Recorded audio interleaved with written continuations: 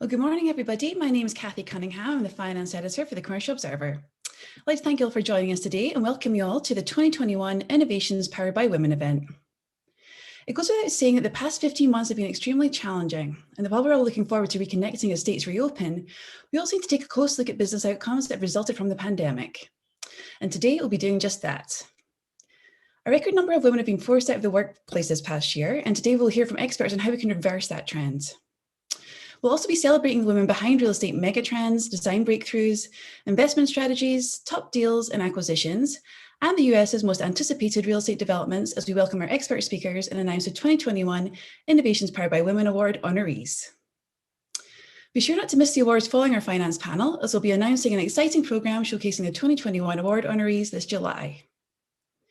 This year's award winners are an inspiring group of women who are not only behind some of the industry's biggest transactions, trends, and developments, but have also stepped in to help lead us out of the crisis. We look forward to celebrating their many contributions. Before we get started, I'd like to take a moment to thank today's programme sponsors: Acom Tishman, Clune Construction, Cushman & Wakefield, Duval and Stackenfeld, Gilbane, Herrick, Hunter Roberts Construction Group, Kushner, Lend-Lease, Marks Paneth, Rockefeller Group, Savills, and STO Building Group. I'd also like to thank our association partners, Crew New York and the Goldie Initiative. We'd especially like to recognise these organisations for introducing us to some of today's speakers and experts. Thank you so much.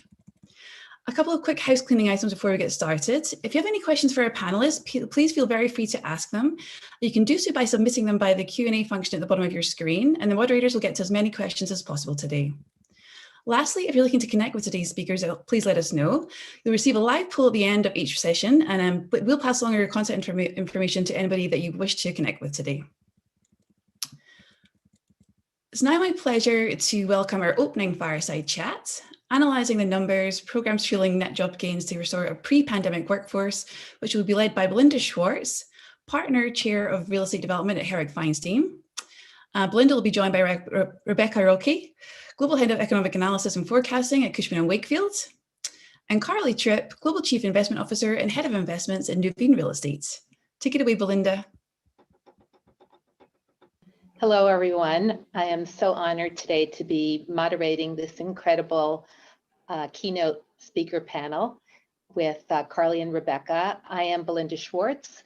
I'm the chair of Herrick Feinstein's real estate practice, giant real estate practice, law firm, lawyers, counselors. I'm also on the firm's executive committee and on the compensation committee, so it's been quite a year. And Rebecca, want to introduce yourself? Sure. So I am an economist. I'm also our global head of economic analysis and forecasting at Cushman & Wakefield. So in my role, I have the wonderful pleasure of getting to support all of our regions around the world, all of our service lines, all of our asset classes, and I get the opportunity to work with all of our business units, which makes for a very interesting, but also sometimes challenging work environment. Carly? Thank you. I'm Carly Tripp. I am CIO and head of investments for Nuveen Real Estate. And that really kind of encompasses everything from the investment process end to end, and also overseeing a team of about 200 people in the US, 100 people international. And our primary function is execution. So everything transaction related and the day-to-day asset management of the properties. Glad to be here. Great. So what a propitious time this is to be hosting a women's forum. As we all know, the COVID-19 recession has been referred to as a she session. And I'd love to hear from Rebecca first what that really means and what the data shows, and then we'll toss it to Carly to hear some real world concerns and issues. Sure. So I'll try to limit the amount of time I nerd out on the data, but there are a few different data points that you can look at that really do show this experience. And I think, I'll start with the labor market. First of all, during the pandemic, the unemployment rate peaked at 12.8%. That was last April. At that time, it actually peaked about 200 basis points higher for women and about 400 basis points higher for women who are heads of their household. And so, that may not sound unusual, but that is actually very unusual because it's typical during recessions that men experience higher rates of joblessness than women. So this was very unique. We'll talk about some of the underlying forces as to what may be contributing to that. But you can also look, I think you can't just look at an unemployment rate because importantly, if you're not part of the labor force, you don't get to be part of that calculation. So what we also know is that women dropped out of the labor market at higher rates than men. They reduced their hours at higher rates than men. And this has been most true among mothers. So if you look at mothers, their labor force participation rate is 3.5 percentage points lower right now than pre-pandemic, in contrast to 1% for fathers. If you have younger children, your participation rate is 4 percentage points lower, and for single mothers, 5 percentage points. So this has really been difficult, not just for women, but in particular for women who are mothers. And last but not least, I'll kind of go to more of the experience side before I hand it over to Carly, because what we know is that even pre-pandemic, women really took care of a majority of what's called non-market or at-home work. And during the pandemic, that accelerated and that burden became greater. And that was disproportionately the case for mothers, but I think importantly, it's also the case for women who are not mothers, women who are single relative to their single male counterparts, women who are in a relationship but don't have children relative to their male counterparts, and then of course, for mothers relative to fathers, this burden has been particularly difficult. Just to give you a sense of the magnitude, women who are mothers have been doing an average of essentially over 3 hours of work per day out in their home, just chores, additional childcare work, which over the course of a week is over 20 hours. So that's a half full-time job, so to speak, of additional work for these women. My God, those are some stats. Yeah. Carly, how do you think about this and what are your thoughts? Yeah, it's such interesting data, right? Because if you think about what you said at the end, Rebecca, in terms of 20 more hours of additional work, it's no wonder why we saw more women drop out of the labor force over the last, year or so than we did men, right? Right. And I had a personal experience with this just in terms of my EA, who was a single mother. And, she decided to leave the company during the pandemic at the start of the school year because she said she found it impossible to do it both. And while she is phenomenal, and I was trying to use all of my tools in my toolkit to keep her, offering her flexibility, offering her whatever she needed, because an hour dedicated from her is, kind of like 3 times dedicated for some other folks. And I really didn't want her to leave. And I really kind of wanted to partner with her and say, just give us a chance because we'll see you through this period. And at the end of the day, her priority was her kids, and her priority was ensuring that their education and their experience throughout the pandemic was fully 100% supported at home. So in no way, can you fault someone for that decision? And frankly, I think what's going to happen is we talk a lot about pent up demand. There's a lot of pent up demand right now from a D&I perspective, a lot of demand for female workers. And so what I'm hoping is that, once things regulate and kids are back in school and we're more back to our normal schedules, we will see the women return to the workforce.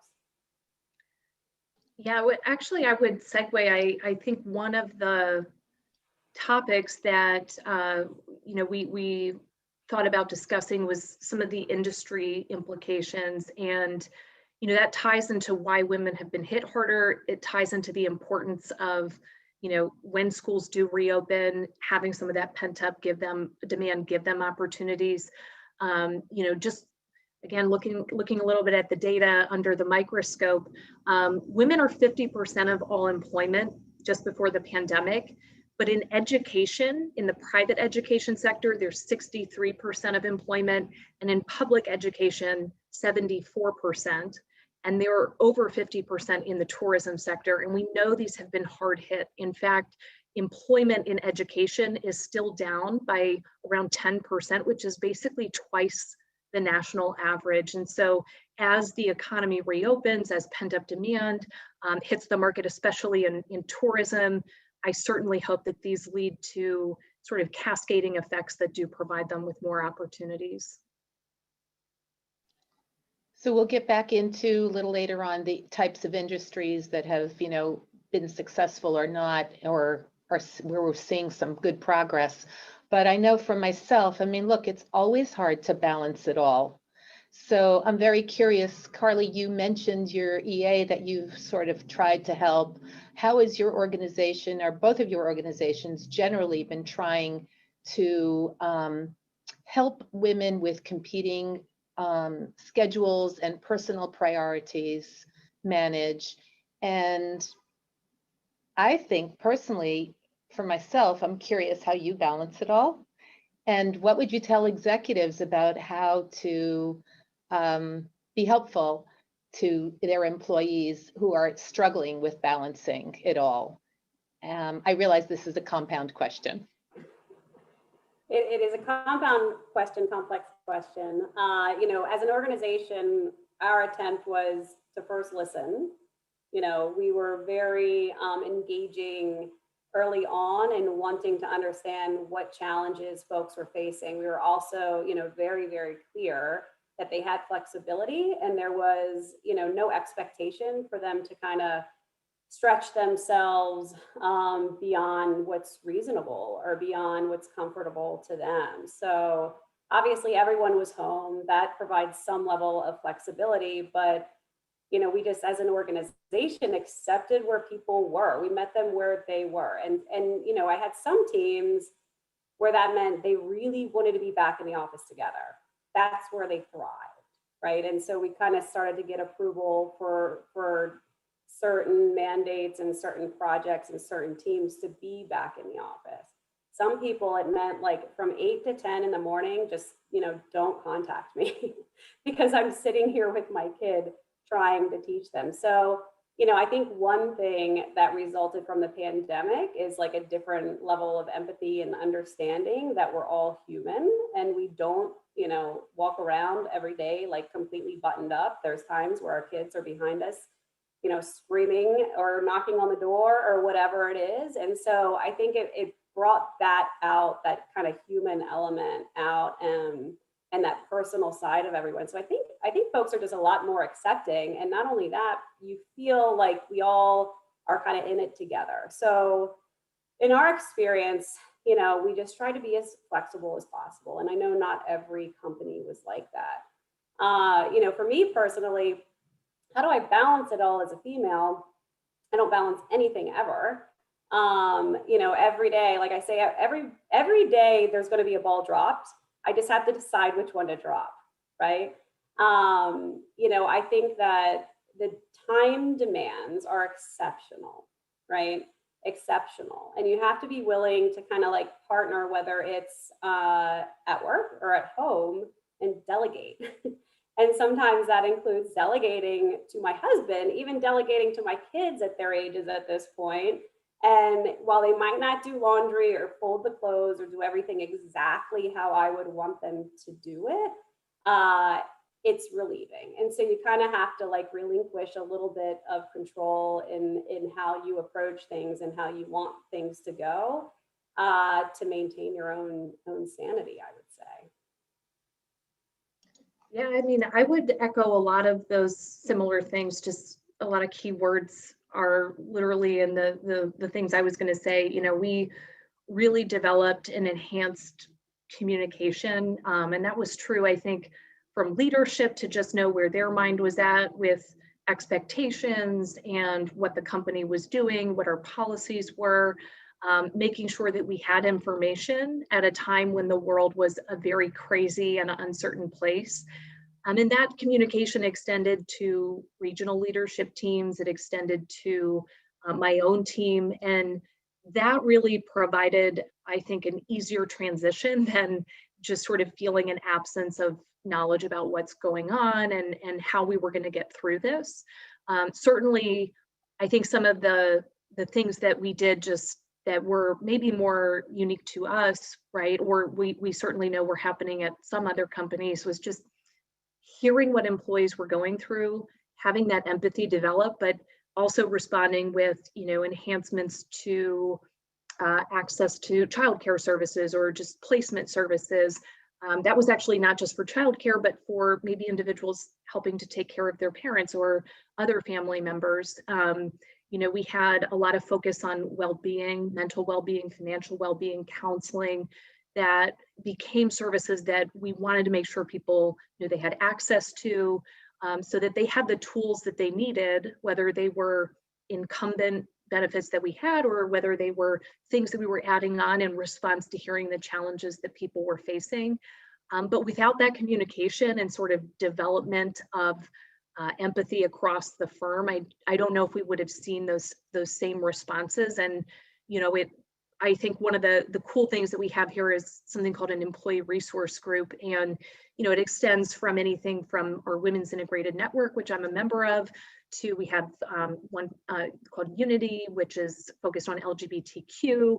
But we also developed one during the pandemic for parents who just needed a forum to be able to say, hey, this is what I'm going through. And it also allowed us to crowdsource information about the challenges they were facing, to really develop holistic solutions as a company to help them get through this. Sounds like a very thoughtful company. Commercial real estate has notoriously been a tough profession for women to get to the top of.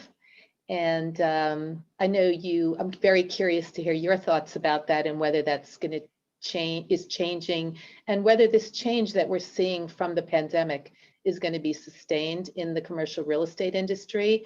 But maybe, Rebecca, you could talk for a second about the industries where you've seen, some more challenges than others, or which have been better for women over the past, 15 months or whatever.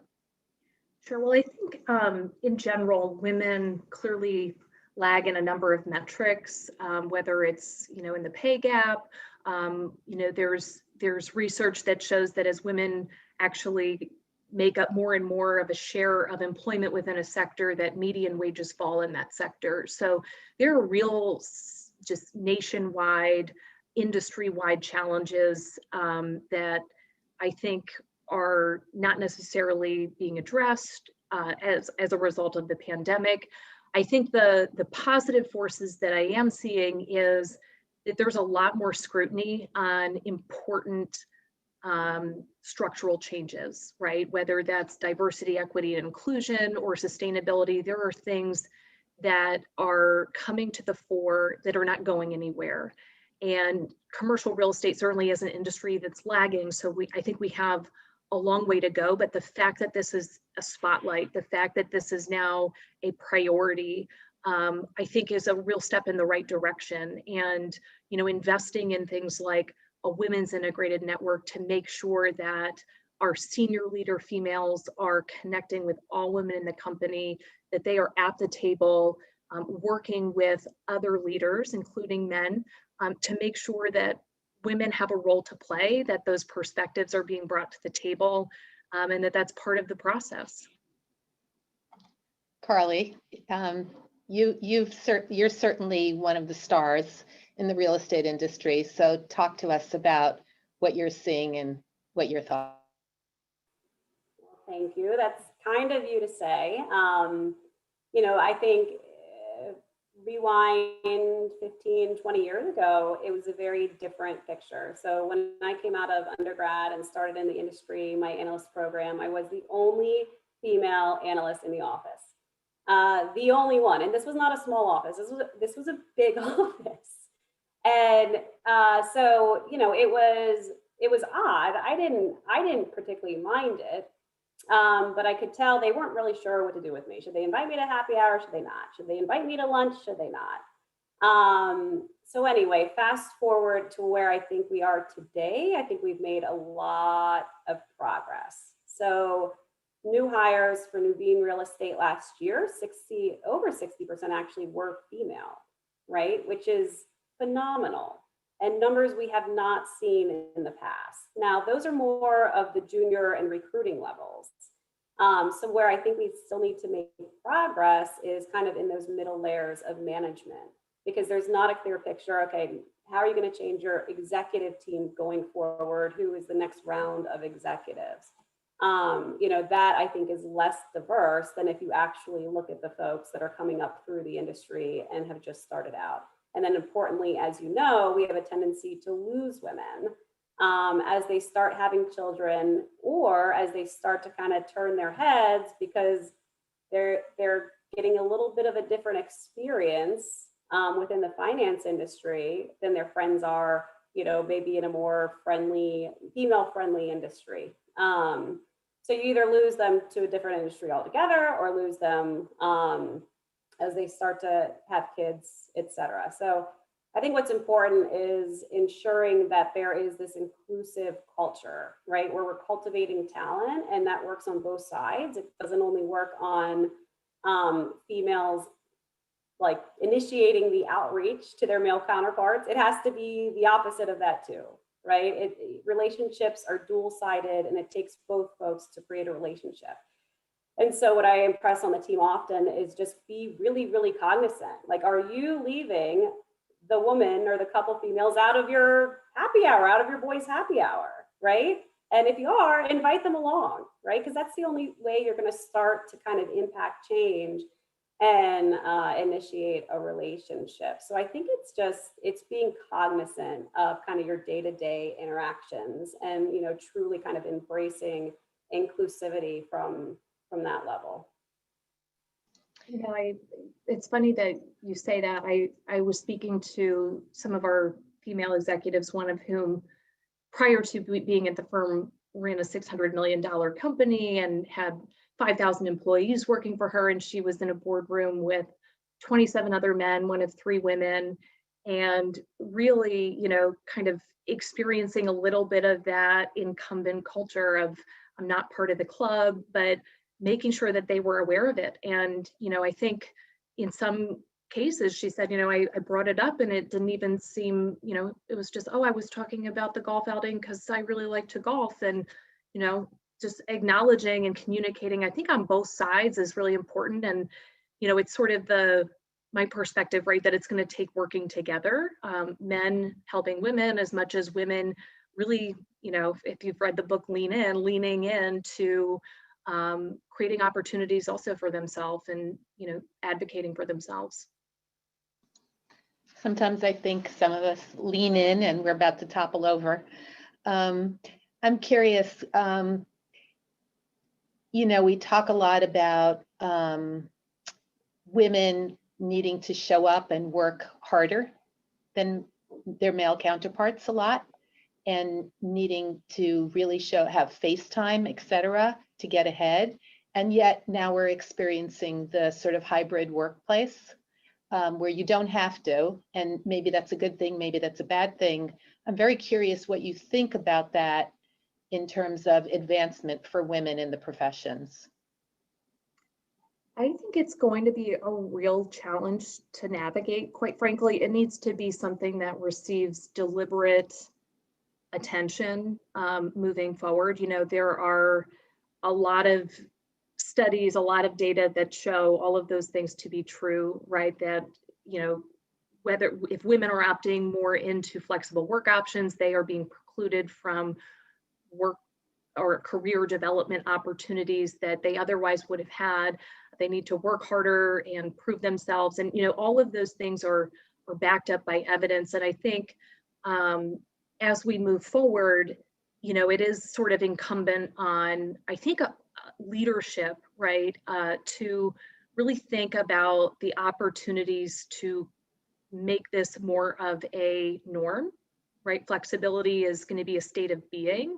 We need to walk the walk and breathe life into it and figure out how not leave people behind. And I think part of that is the communication angle and making sure that we're, understanding different life stages. And I think that applies to more than just women.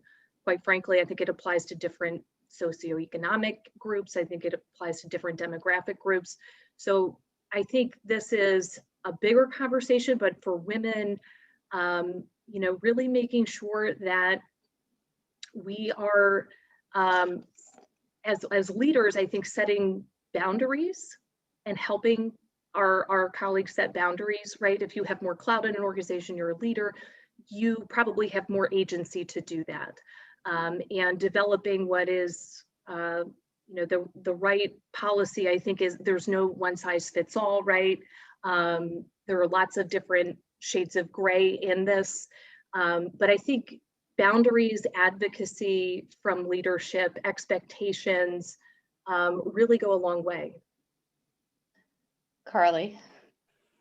Yeah, I think it's just all about being flexible, right? We talk a lot about health and wellness, and increasingly that's becoming a more and more important and prominent theme related to how we work and the space you provide, the environment you provide.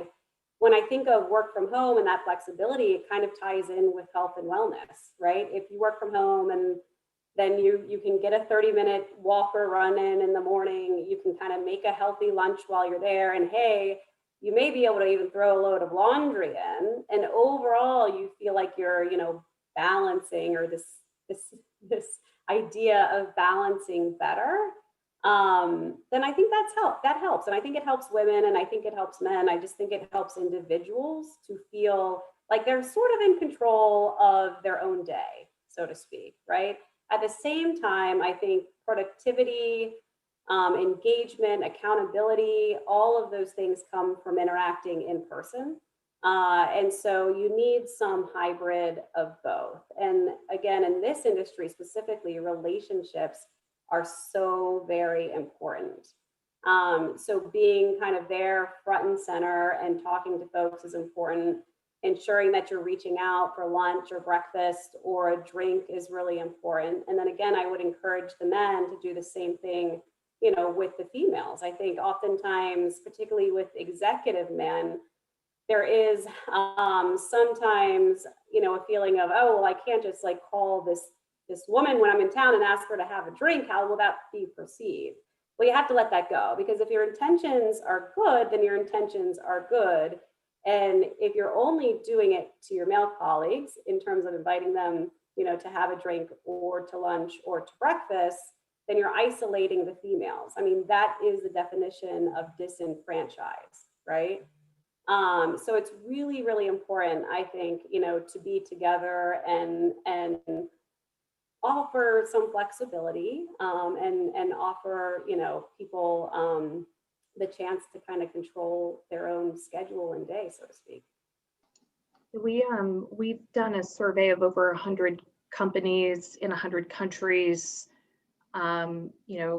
just millions and millions of data points. And it's fascinating because literally what Carly was just saying, right? We know that being in the office has a lot of importance. It has a lot of importance in creating trust and bonding, a connection to a company's culture. For young employees, right? Especially young women who are trying to navigate maybe a new company and maybe entering the workforce, developing, mentorships and learning from colleagues and developing those networks are so important. And what we're actually seeing in the data now that we have some data points on returning back to the office is that hybrid is really where people are getting the best experiences, and we are seeing that it disproportionately is benefiting women. That being in the office is associated with higher, sort of better experiences in the workplace, but when you add having choice to that, it's leading to even better experiences. And if you care about your talent and running a good business, right, to meet your business objectives, having the best talent is one of the key ways of doing that. So believe it or not, I think we're out of time. And I want to end on an inspiring note with those comments of yours, both of you. I think you are inspiring. We've only scratched the surface, and I hope I get an opportunity to interview you again or speak with you again. So thank you both so much. Thank you. Thank you, Belinda. You're welcome.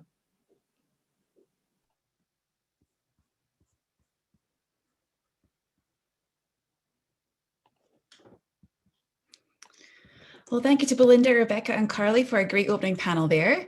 Without further ado, we'll move on to our next panel. The title is The Movers and Shakers Defining Real Estate Design and Development Ingenuity. Your moderator is Daria Schneider, partner at Marks Paneth. And Daria will be joined by Rosemary Bates, Director of Design and Construction at Rockefeller Group, Aisha Hill, Vice President of Development at Combined Properties, Kaylee Raymer, Operations Director at Lendlease, and Colleen Wenke, President and Chief Operating Officer, of Taconic Partners. Over to you, Daria. Good morning, everyone, and once again, welcome to the first panel of the Innovation Powered by Women Forum. My name is Daria Schneider, partner at Marks Paneth Real Estate Group. Marks Paneth provides a full range of audit, accounting, tax, and consulting services in all industries, with specialties in business continuity, international tax, forensic accounting, litigation support, technology, family office, and financial advisory services. In this panel, we will hear from leading industries women professionals who are on the edge of creating new paths and repositioning the real estate industry after what was a very challenging year for us all. Despite not being able to attend the networking events in person, we've had the opportunities to take up part of virtual events.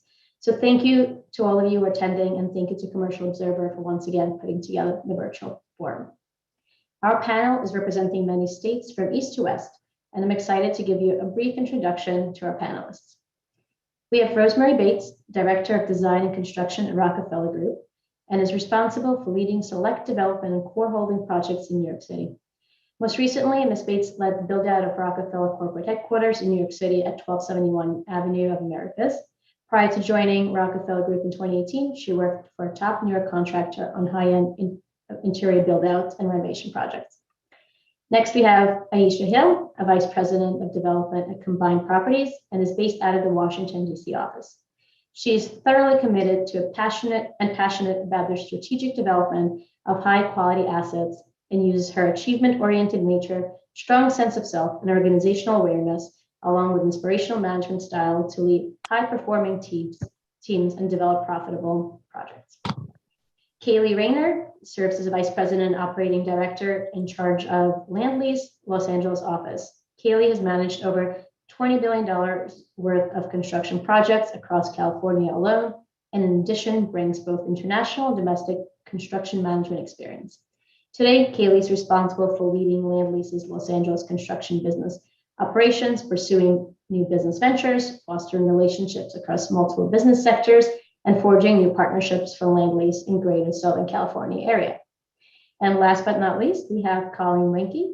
Colleen is a President and Chief Operating Officer at Taconic. She also leads Taconic's development and construction practice. As a President and COO, Colleen oversees corporate matters across the firm. As a head of development and construction, she manages all aspects of development, including strategic planning, zoning and entitlements, pre-development, project budgeting, design management, construction oversight, procurement, risk management and insurance, community relations, branding, marketing, through sale and lease up. Now, without further ado, let's begin our panel. As was mentioned before with the keynote speakers, this has been an unprecedented year for many of us. And many of us had to change our perspective of what the real estate industry really is. It had us all reevaluate the challenges that we've been facing. And before we get into the details of how our projects are going to be changing for the years to come, I'd like to discuss some of the successes we all had, despite having such a challenging year. What are some projects that we were actually able to do and get done in 2020 and 21? Aisha, why don't we start with you? How did you and the Combined Properties work through the fire at South Alex and Alexandria and helped it rebuild after such devastation?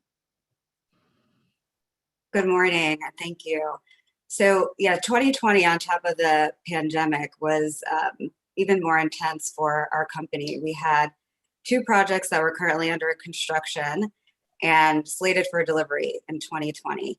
So our South Alex project is a mixed-use development, consists of 41 townhomes, 400 apartments, and about 45,000 square feet of retail. And in February, we suffered a full casualty with the fire. Unfortunately, it was a dry and very windy day, and we were at the stage of construction where, we had the framing and, even the masonry up, but it wasn't closed in on the inside. And so the fire just swept through it. So after getting over the initial shock, actually the first day, the day of the fire, we had our first, team meeting.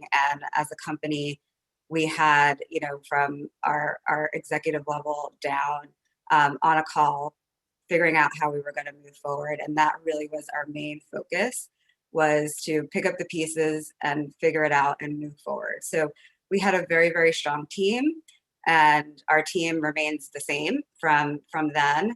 And we worked with our partners, especially the Fairfax County, to help us, pick up the pieces. We met with Fairfax County the next week, and actually the week of the fire, because it happened on a Saturday, and started to figure out all the things that needed to happen in order to get us moving in the right path.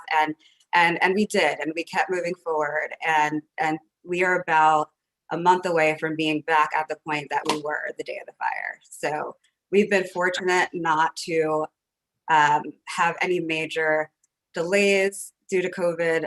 We've been fortunate not to have any issues with wood or steel. Again, I think it's just fortunate, and I think that we were so proactive in the beginning trying to get back on track that our general contractor was able to secure those things in time to not have us see any delays. A focus and determination really gets you, the job done, which is terrific to hear. And I'm glad it's done. Rosemary, how has your corporate headquarters redesign and your background in interior fit out assist you during these tough times, but yet rebuilding? Yes, I'm happy to answer that question, and I'm happy to be on the panel today with all the ladies and all the other women on all the other panels today. I think it's just great that we're using this time to connect and share what we've been doing for the last 15 months, how we're growing and learning. So our office, which I'm currently sitting in right now, and super happy to be here and working in this new space, was just recently awarded an Urban Design award with our design team, Fogarty Finger. So kudos to them, and just the partnership and being able to kind of execute on this fit out. But we moved in December 2019.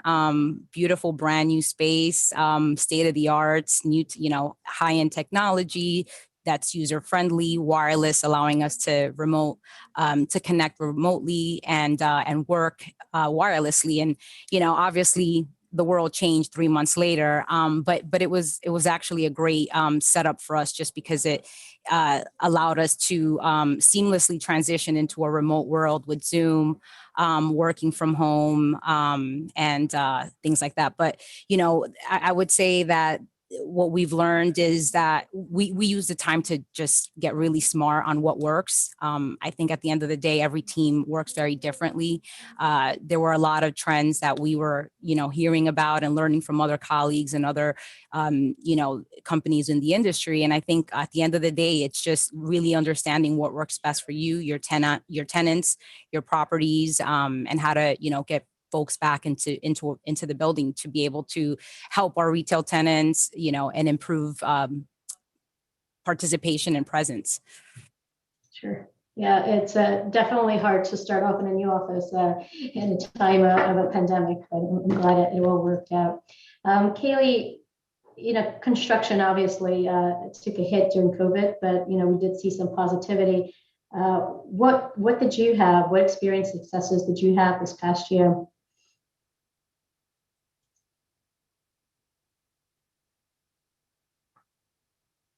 Kaylee, I think you might be. Hi, Oh, I'm sorry. I'm disabled in video for some reason.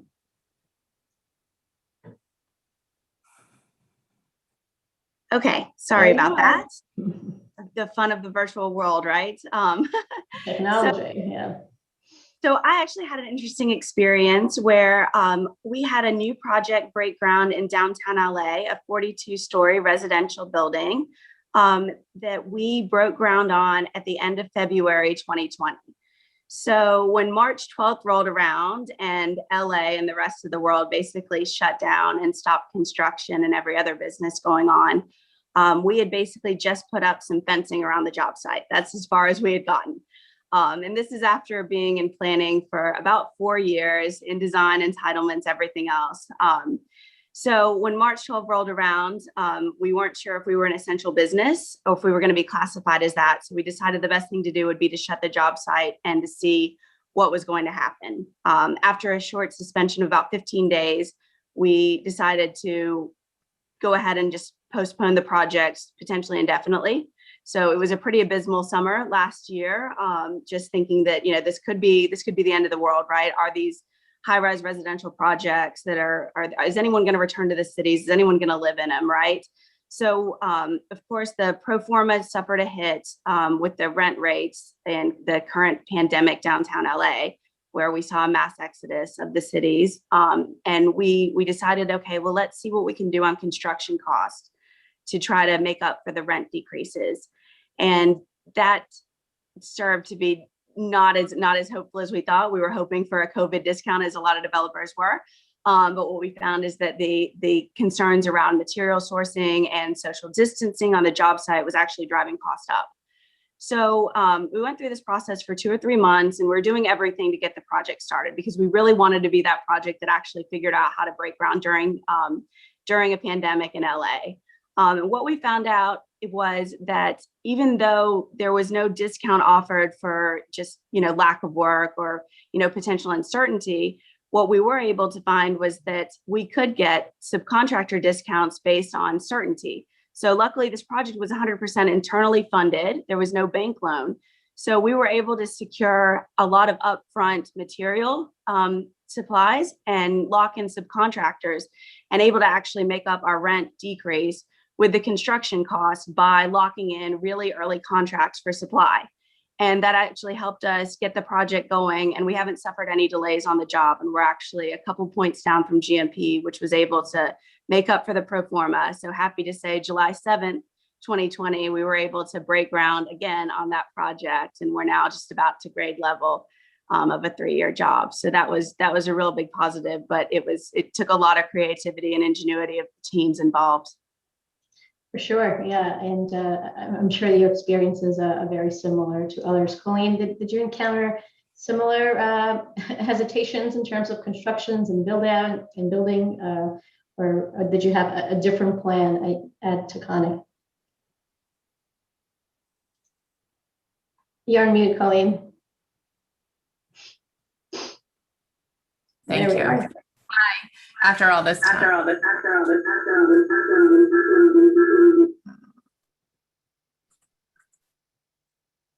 Oh, we're having some technical difficulties. Apologies. After 15 months of Zoom challenges and onboarding, you'd think I get it right, but here we are.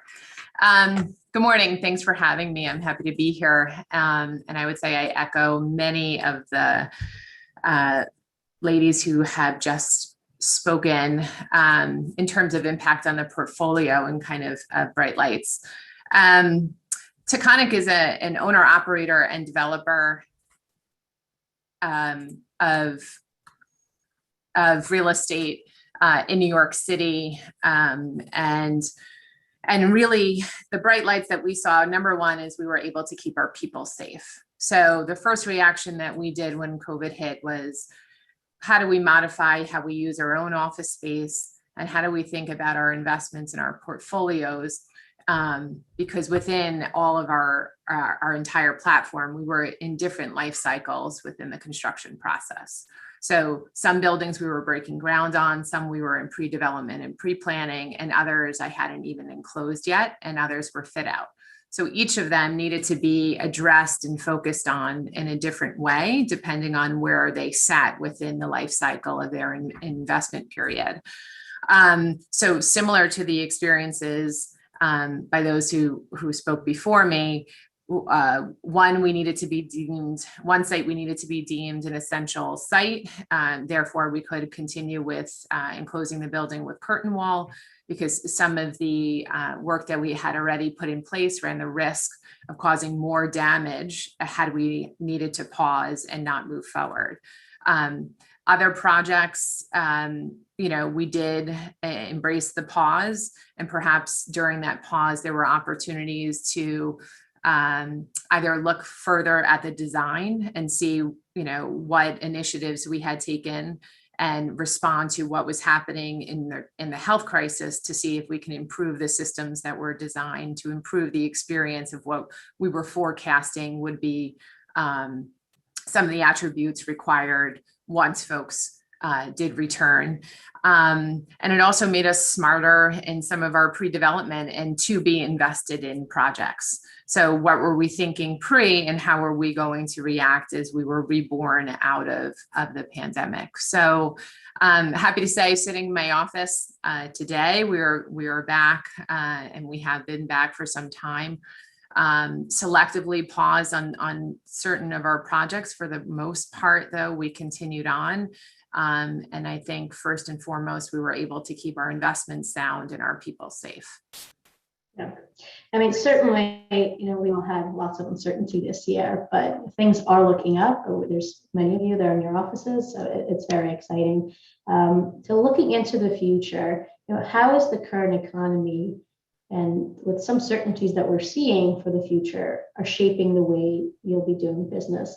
This panel is representing several states, and you all are forging a plan ahead for the changes that will occur in the real estate industry. The priority of some projects has certainly shifted, and some have taken a back seat because of the changes that we're encountering, whether it's the shift in the commercial to industrial or renting versus buying market, the office trends, as the keynote speakers mentioned. The hybrid schedule is helping many, and I'm sure you are all considering this in your future projects, as well as the construction cost increases. All these things are certainly weighing on how you all will be making your decisions for the future. If you could start off, Rosemary, about what you're seeing and what's going to be most impactful for you, and how this new economy is changing your plans. Yeah, definitely. I mean, I talked about this fabulous office that we have, and I think it's a great space for us to collaborate and have team synergy and all of those things. But I think at the end of the day, getting folks to feel comfortable coming into the city, coming into the office is really the big challenge. I'd like to think that, these past 15 months have just made us a lot smarter with the way that we work, how to be efficient, how to integrate technology in a way that is going to help our teams be more productive and to provide flexibility for the individuals on our team that need it.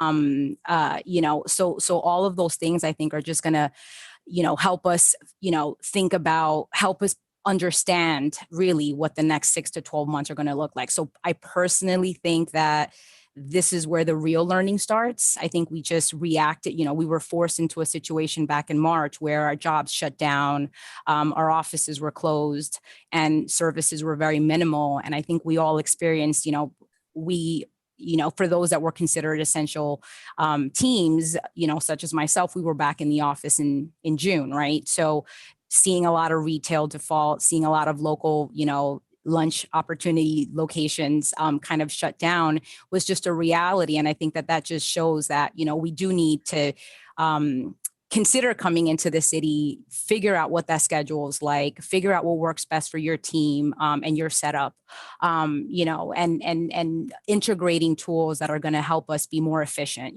whether it's tech, smart tools such as, we've integrated Matterport, Onsite IQ, OxBlues, just to kind of understand what's happening in our vacant locations or on our sites that are actively ongoing. We currently have a plaza renovation happening at our 1221 property, which is a special project for us. We've been trying to get it going for quite some time and are looking forward to the completion next year. But it's those kind of tools that we need to be open-minded about to be able to allow us to be part of the work that is happening on site without having, to be present, or providing, potential tenants to view spaces or vacancies without having to be on site, right? So it's all of those things that we need to consider and integrate, and other programs and platforms that will improve our tenant experience, right? Which I think is the real hot topic, how to get people excited about coming in, how to improve their environment, as a Class A,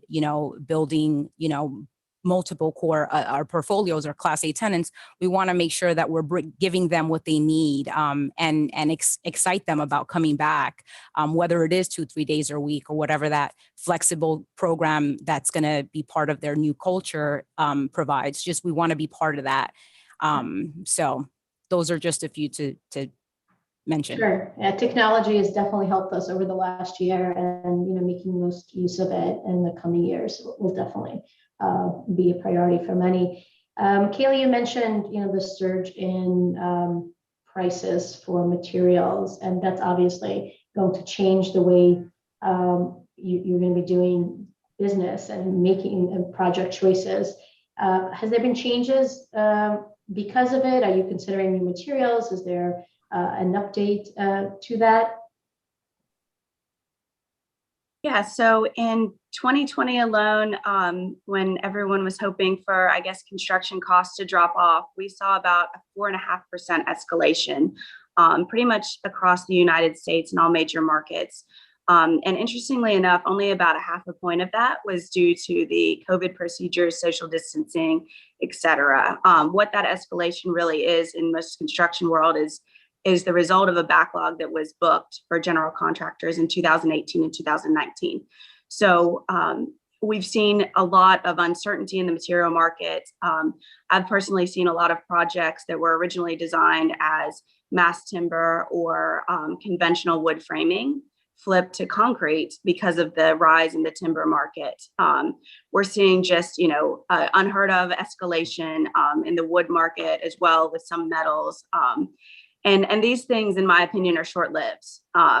We have not felt the hurt of the pandemic for the general contractors yet.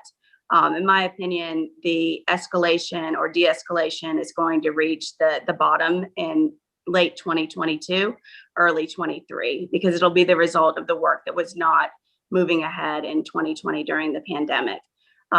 The material market seems to be more of a blip in time than something that's here to stay. We've already seen some pretty significant corrections in the wood and metals indexes over the past month that we expect to continue. Obviously, sourcing material and fabricating material is the biggest concern in the supply chain right now. And hopefully that's something that in the next 6 to 12 months, we're going to be able to get through. I am projecting some de-escalation into 2022 and into 2023 as we really feel the impact of these projects not going forward. We're predicting that construction will not reach the number of starts, number of backlog will not reach the pre-pandemic high until about 2025. So the material pricing and the uncertainty should calm down the way that it typically does within the next year. But it has been very interesting to assess the typology of buildings, especially surrounding wood. It's an interesting world where when you're looking at, a type 3 versus a type 1 building, and concrete and steel are coming out less expensive. And I don't necessarily think that's a bad thing. I think that might make for more interesting buildings and more interesting designs, especially in the residential sector moving forward. So I think we're all hoping that the construction costs drop off a little bit in the next couple of years, and that would be my prediction once we get through this insane 2021 of material surges. Yeah, and Colleen, just to build on that, are you seeing similar things from the advisory side? Are clients looking for different things? Are you recommending something that's different than it was before? So in our advisory business, it hasn't really changed the profile of what the client is looking for. thankful to say that many of them are somewhat price indifferent or price neutral. It's more about the experiences that they're creating for the talent that's coming to their spaces. And to me, I think one of the things that as real estate professionals, we need to take a step back and look at, because all of these things will be kind of death by a thousand cuts in terms of whether prices are going up and down, what the supply and demand chains are and stuff like that. But I think we have to think about why we're building this space, who is the user of it. And those were certainly conversations that happened pre-COVID. But when COVID created such a disruption in the marketplace and a dislocation, right? People are saying, I only need to be in the office one day a week. I only need to be in the office one day a month, right? Why I could be on Zoom. I can do this, I can do that. Or why do I want to be in an urban center versus a suburban location or a rural location for my home? So the human behavior of how we use space changed. And I think we have to consistently ask ourselves why, and then respond to what that means in terms of market pricing, both on the revenue side, as well as the construction cost side, and obviously, interest carry and other things like that. So we're spending a lot of time internally here thinking about that, not only for our existing portfolio of investments and saying, okay, who's a user profile within this portfolio? Will they be coming back to office? What does it mean in terms of, indoor air quality? Do they have access to outdoor space? Have we created amenities that would be a compelling reason to be back there? And the conversation is the same, but slightly different on the residential portfolio, where we're thinking about who is the user here, who's the talent that's coming here and wants to be here, and what will be important to them. And so it certainly will be impacted by, supply chain and cost of construction, but we kind of take a longer view perspective, because if we hit the market right, we do believe that the end user will come and there will be demand. Yeah, definitely thinking about the user as the main goal here. Aisha, how are you establishing, the competitive edge? DC is certainly different than New York and California. What can you tell us about, the plans for the future years? So I actually agree. I agree with Colleen 100%. At Combined, we take a long-term and a conservative approach. So we spend a lot of time in all of the details, and that has proven to be, sort of the best practices have been proven out by COVID with a lot of the decisions that we made beforehand. We spend a lot of time early in a project focusing in on who is going to be here. And it's often hard to do that because you're planning projects, sometimes 5 years, 8 years before it's actually going to come online. But I do think there is a huge importance in staying in touch with who that person is. And if you're starting to see a shift, what things do you need to change with that? And the details of your building, your amenity space, the units are important. Those are the things that people are going to remember. If you do something that's natural and organic for the place and for the environment and resonates with the people, that when they're touring, 5 different potential apartment buildings or offices, that there's something about that, what you're offering that's a little bit different. So, things that we did were, with 400 apartments, you have to assume, you might have 600 to 800 people living there.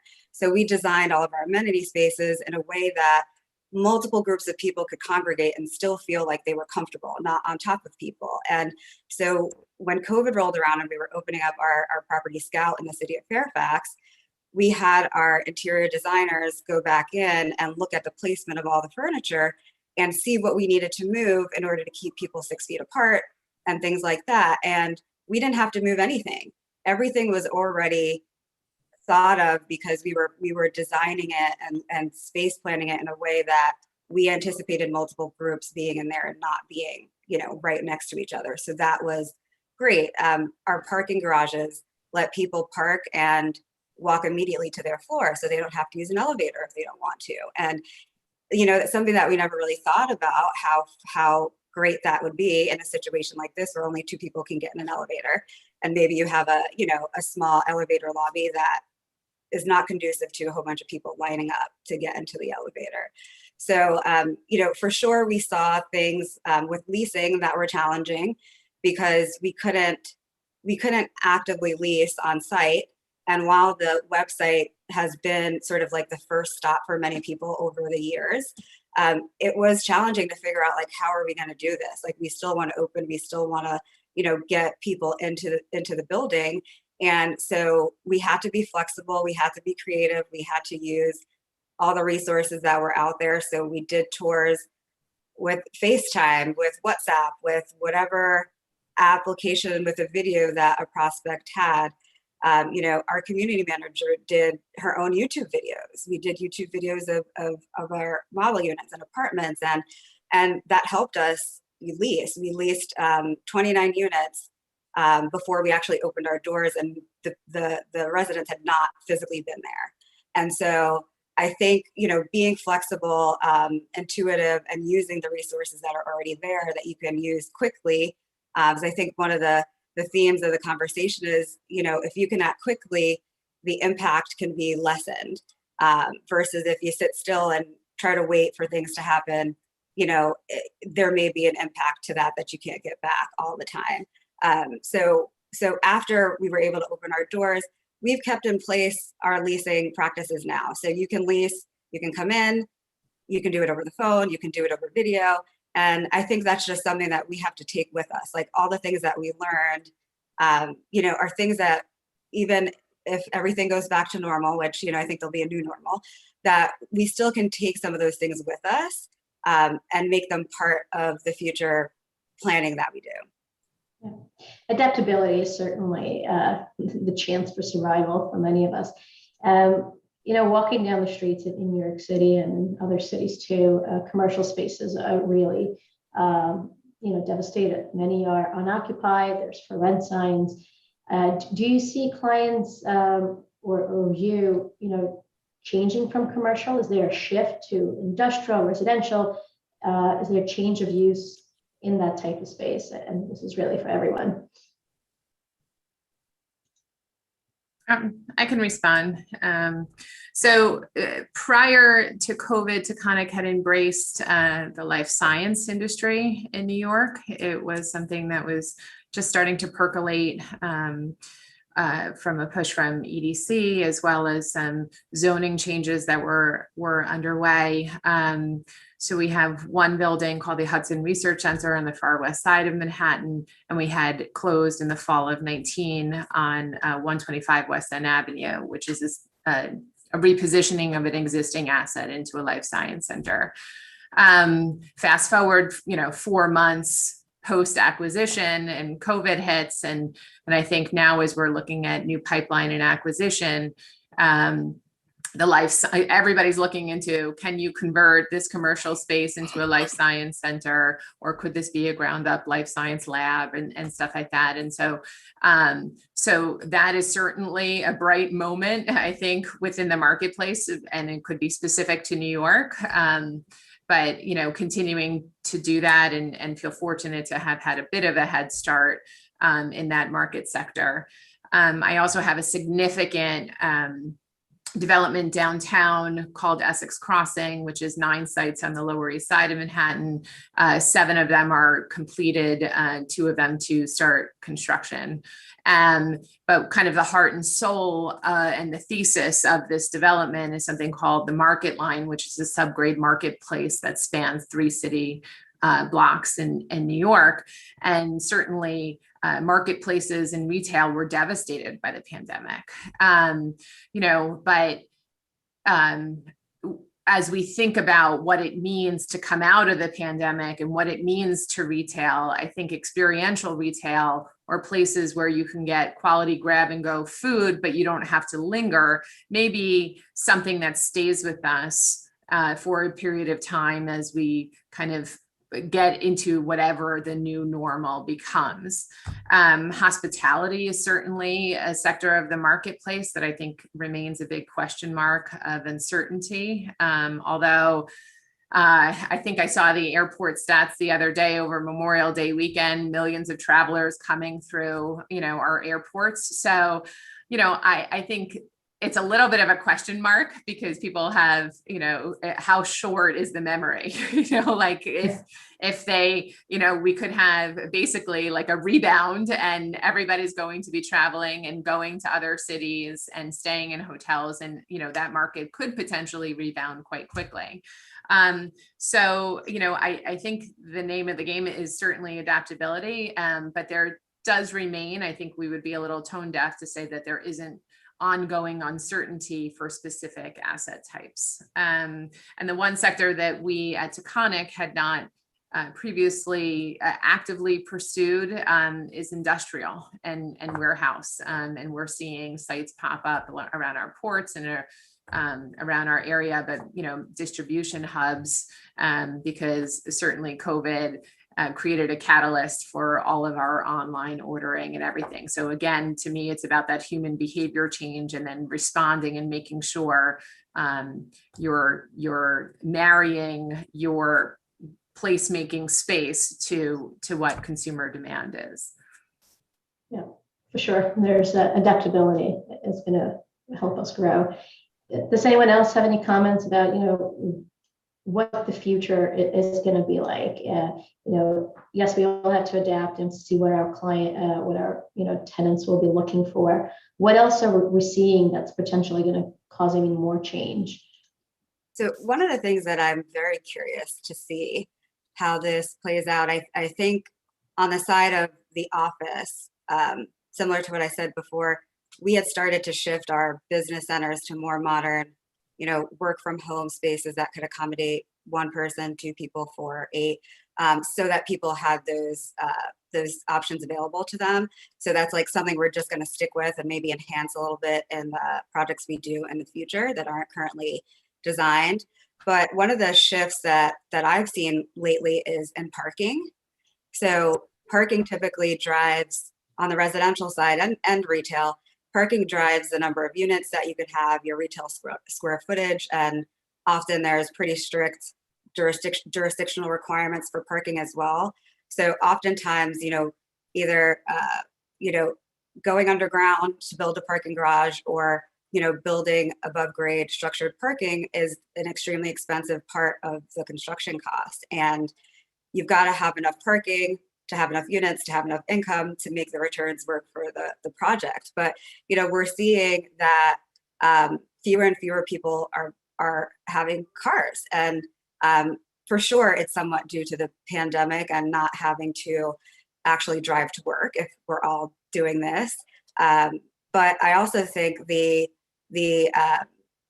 options that are out there between Zipcar and Uber and all the others that have come along, there's a lot of options now that people don't have to have cars if they don't want to. So I think it could be beneficial if parking requirements came down, but that's also for us in our area, part of your income stream. So it's like two sides to it that, I'm interested to kind of dig in and figure out, like what the benefit of each side of that coin are. And after we go back to whatever our new normal is, what are people really going to do? Like, what is the trend going to be in terms of having a car, paying for parking going forward? Just to respond to that, I think in the urban centers, my observation is that those who did not have cars previously actually have cars as a response to COVID, because they want to be able to independently get out of the urban center. So many New Yorkers didn't have a car because they used their, the subway or an Uber or a taxi. But then because we were, I live downtown, but because we were in our apartments, which are efficiently sized in New York, right? And so I, if I just look at around my kind of peer group, a lot of people, their reaction was, let me get a car and let me justify the premium of paying for parking and those sorts of things. We don't have a parking requirement here in New York, but then I can leave and not be subject to the interaction of being on public transportation or any other kind of exposures like that. So I think it certainly determines kind of where you are in your geography, how it impacts that behavior. For sure. Yeah. Yeah. We're running out of time. We have one more minute. I just wanted to thank all the panelists. You know, the future is bright. We're seeing some positivity and growth in real estate, and we're excited, you know, for the future development and what's to come. Again, look forward to our future discussions, and thank you all for being part of the panel. Thank you. Thank you.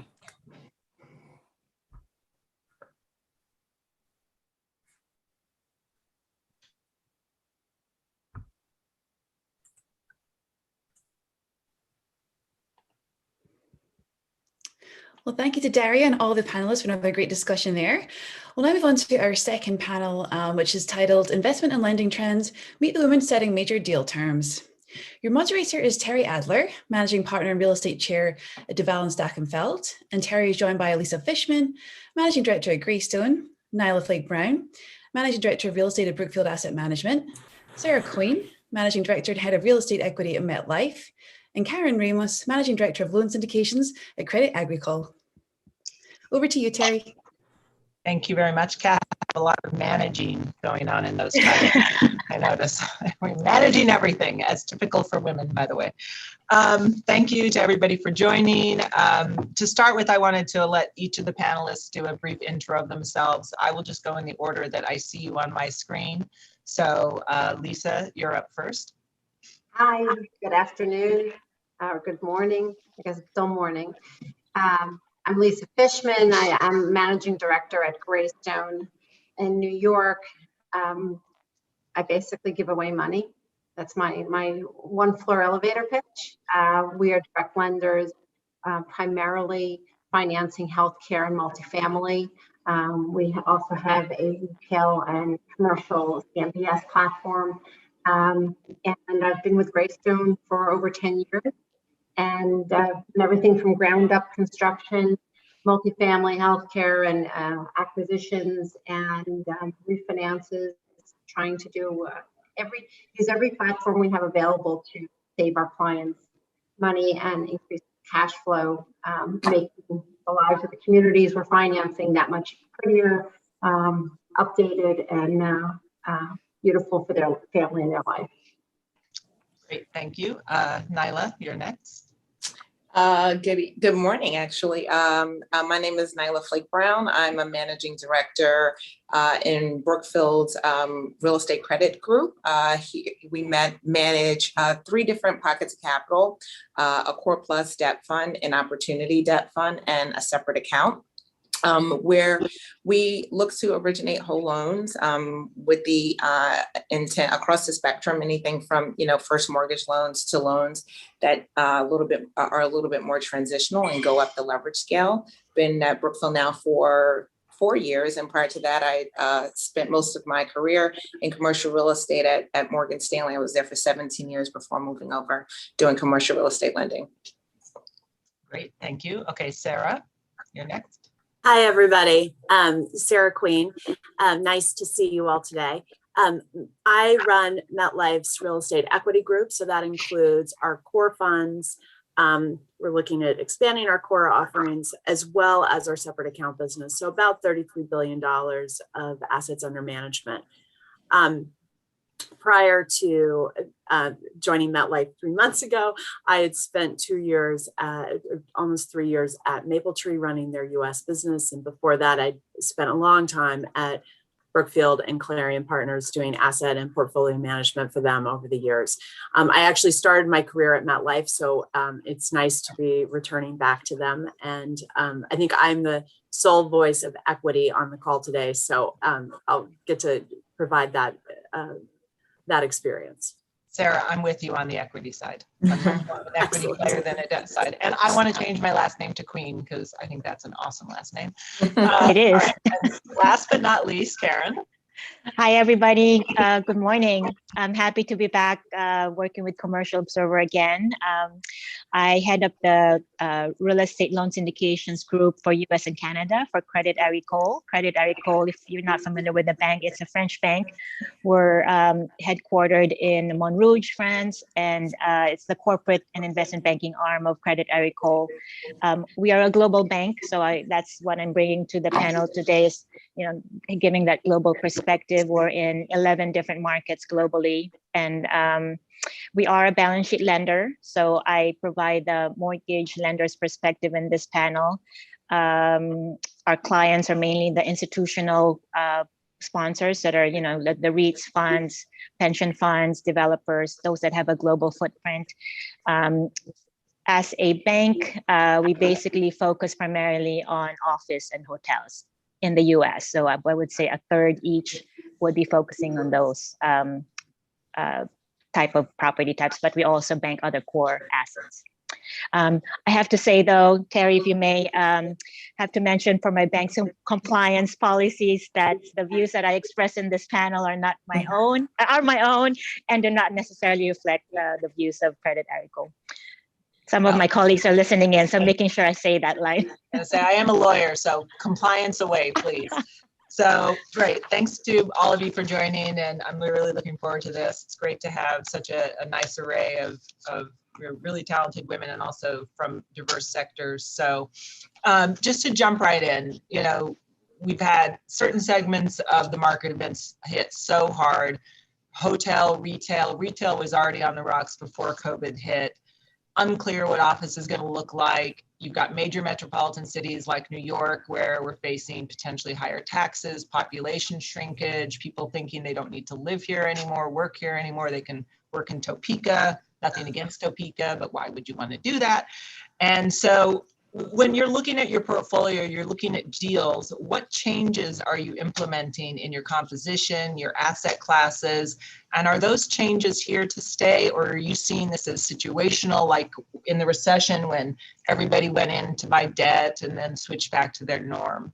And why don't we start with Karen, since you have that global outlook? Sure. I mean, I think from my perspective, I think the bank policy has not really changed in terms of our platform. I don't think any bank's policies have changed per se, just because of COVID. I think the core of it in terms of, what assets we're comfortable with, even if you talk about leverage and whatnot, kind of the underwriting parameters, none of that has changed. It's more of a matter of how do we become competitive. Today, as you can imagine, post-COVID, all lender types are back in market. So, some of the banks, some of the lenders that were out of market during the peak of COVID, they're all back. So we're all competing with, I'm coming from the bank side, but you have the debt funds from NILA, you have the CMBS guys, you have LifeCo. So what do you need to do to be competitive? So that's where the change comes from, because now you want to expand your box. Whereas historically, for example, most lenders are doing just, the core asset types. Like for us, for example, we're starting to pursue student housing. Life science was mentioned in some of the panels. So some of them healthcare type assets like medical office buildings and probably health, senior housing, but even data centers or cold storage, for example. So stuff that we never would have imagined that we would consider in the past. That's sort of expanding our horizon a little bit. And to be truth be told, there's a lot more openness in our kind of senior management, because they realize that the market has become very competitive. Well, I guess, Nyla, would you look at an office deal? Would you look at a retail deal? Or are you really just like, nah, I'm going to stick with industrial, multifamily, single family rentals, these alternatives that are mentioned?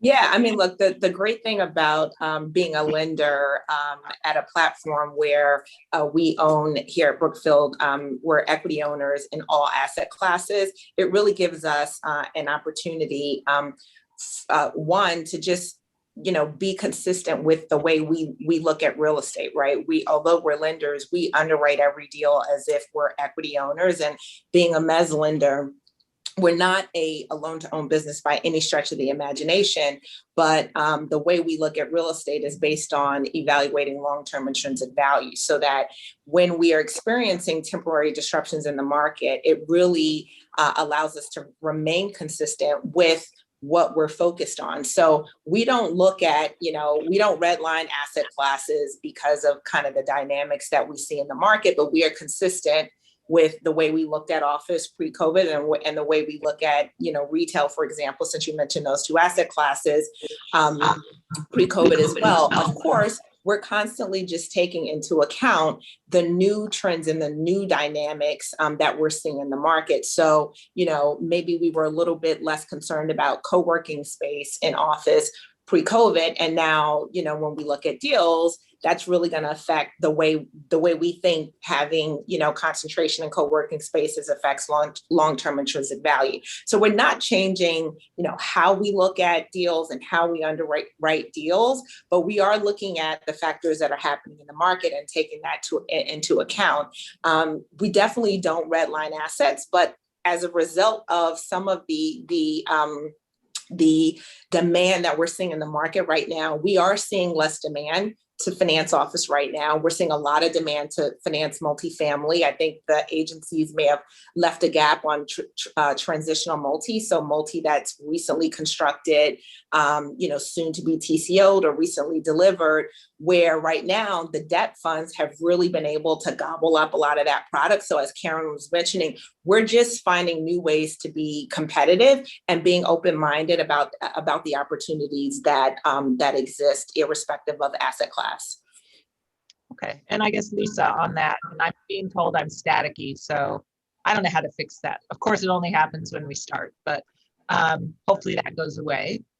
So Lisa, just on those multifamily and those HUDs, that I know that you do a lot of that. So what are you looking at in terms of the loans that you're making, and are you seeing banks infringe upon that agency territory and those sorts of things? So what we're seeing, really, I feel that since we do a tremendous amount, and certainly in our group, we do over $1 billion in HUD financing every year in our small group within Greystone. And HUD managed through COVID very well. As a result, we as a lender remained at the same levels. If we actually increased our business tremendously in 2020 because of the low interest rates and because we were able to underwrite to the same terms that we had been. There were some belts and suspenders that were added, but we are actually seeing a tremendous amount of new clients coming through the door who have always shied away from HUD or agency and primarily FHA HUD, and saying, okay, tell me what's the good, the bad, and the ugly, and will you shepherd us through it? And they're getting 35 years, fully amortized at low twos. You really can't beat that. So we know that banks are opening their doors much wider now than they were during part of COVID. But we are still seeing a tremendous amount of ground up construction, renovation, sub-rehab, and acquisitions and refinances are through the roof. So multifamily, no matter where it is in the country, has just been spiking. And Sarah, I guess since we've talked a little bit about alternatives, are you on the equity side looking into the traditional asset classes, or are you going cold storage, self-storage, single family rentals and that route? So we're doing both. I mean, I think, fundamentally our strong research focused and on the ground regional network those are the hallmark of what we do. We have, people all across the US that are helping us identify what they're seeing as local trends. And I think while COVID has certainly exacerbated some of the trends that we've seen over the years, looking at what's gone on in the industrial space and data centers and some other things, it hasn't resulted in us saying, oh, we're not pursuing any of these asset types. I mean, it's all very much driven by both, what we're seeing on the ground and then our research approach. So I think from our standpoint, we actually have a large hotel portfolio, and it's been a difficult 18 months to say the least, but we are seeing some real bright spots now. And so I think even some of the asset classes that have really been hit hard by COVID, you're starting to see come back. And we are fortunate. Our retail portfolio is mostly open air centers. So, we have not had some of the difficulties that the shopping mall owners have had. But when you look at, look at where money has been flowing, certainly it has been going into alternative spaces because people are looking for yield. And the yields in industrial have certainly compressed. Yields overall have compressed. And so we're all looking for opportunities where we can find them. Right. And I guess, on that vein, with this competition that you're all seeing, how are you getting to deals? How are you cutting in and finding them when you've got the same group of equity players coming in, the same group of lenders coming in, and that pool, if anything, has just gotten much, much bigger. So, Nyla, how are you making Brookfield be competitive in that marketplace? Yeah, look, I think honestly, this is where we're talking about, women making deals here. A lot of it is just, deciding early on, what deals it makes sense to go after, and really, putting all your energies and efforts into trying to tackle that deal. I think, look, one thing that has helped us, at least Brookfield's been back in the office since June of 2020. So as soon as we were able to fly and get on planes and get in front of clients and do property tours, we were out there doing that. And candidly, I can think of a handful of examples where our ability just to get on a plane and go see assets and kind of continue to conduct business as usual absolutely helped us in an environment where where borrowers, were really still nervous. Although there's a lot of competition, you still have instances where, lenders are retrading or falling away at the last minute. And at the beginning of COVID, we really did see some of our competitors at least really have to sit on the sidelines as they, work through issues in their portfolio focused on asset management or just held on to capital for liquidity purposes to the extent that they borrow from line lenders or some other reasons why they just needed to maintain liquidity. So, one of our competitive advantages at Brookfield is that we don't really use leverage in the sense of repo lines. We leverage ourselves by syndicating A notes. And so, we really have focused on being competitive by, being active, staying active throughout COVID. We were active the whole time. And I think our platform just delivered a certain level of certainty of execution that has kept us very, very relevant. But the competition, you talk about seeing, competition go from the beginning of COVID to a handful of lenders, putting out quotes to right now. It's the competition is fierce. So, we're hustling. We're as busy as we've ever been, which is great. Well, it keeps us all occupied, right? So that's a good thing. You actually got a question, Nyla. Can you expand a little on your view on co-working? Yeah, sure. Look, I think, for the most part,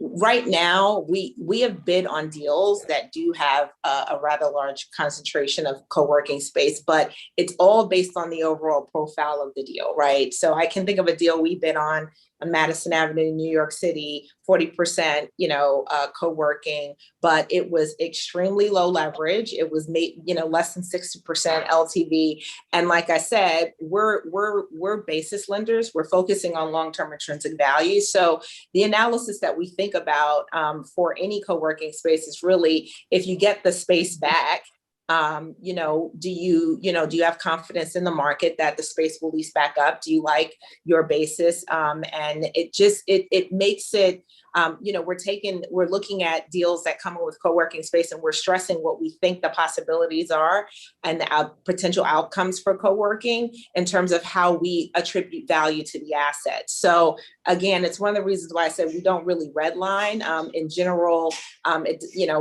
when a deal comes in, if there's co-working, we're still willing to look at it, but we're still going to make, conscious decisions in terms of the assumptions that we make about the possibilities of what would happen with that co-working tenant.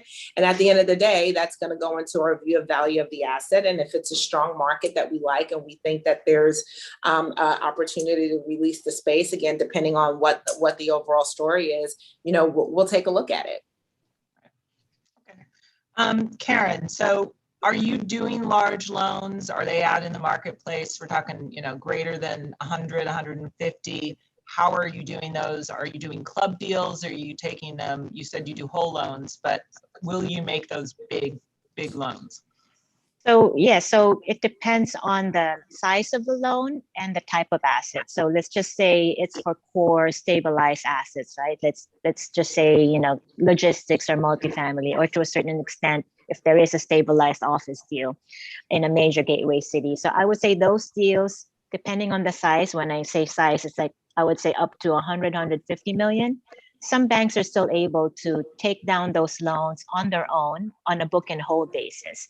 So for us, you know, we have this model where we have an originate to distribute model. So we can underwrite deals up to 400 million, 300 to 400 million, single asset or portfolio, but we have to sell down. That's keeps me employed, right? So we have to syndicate, sell down to other banks, institutional investors, whatnot, to a certain comfortable level for us. Typically, that's call it 75 to 100 million. Now, the market, talk about going back to your earlier question, Terry, where, you know, how do you compete in the market? It's basically, right now, let's face it, it's a borrower's market.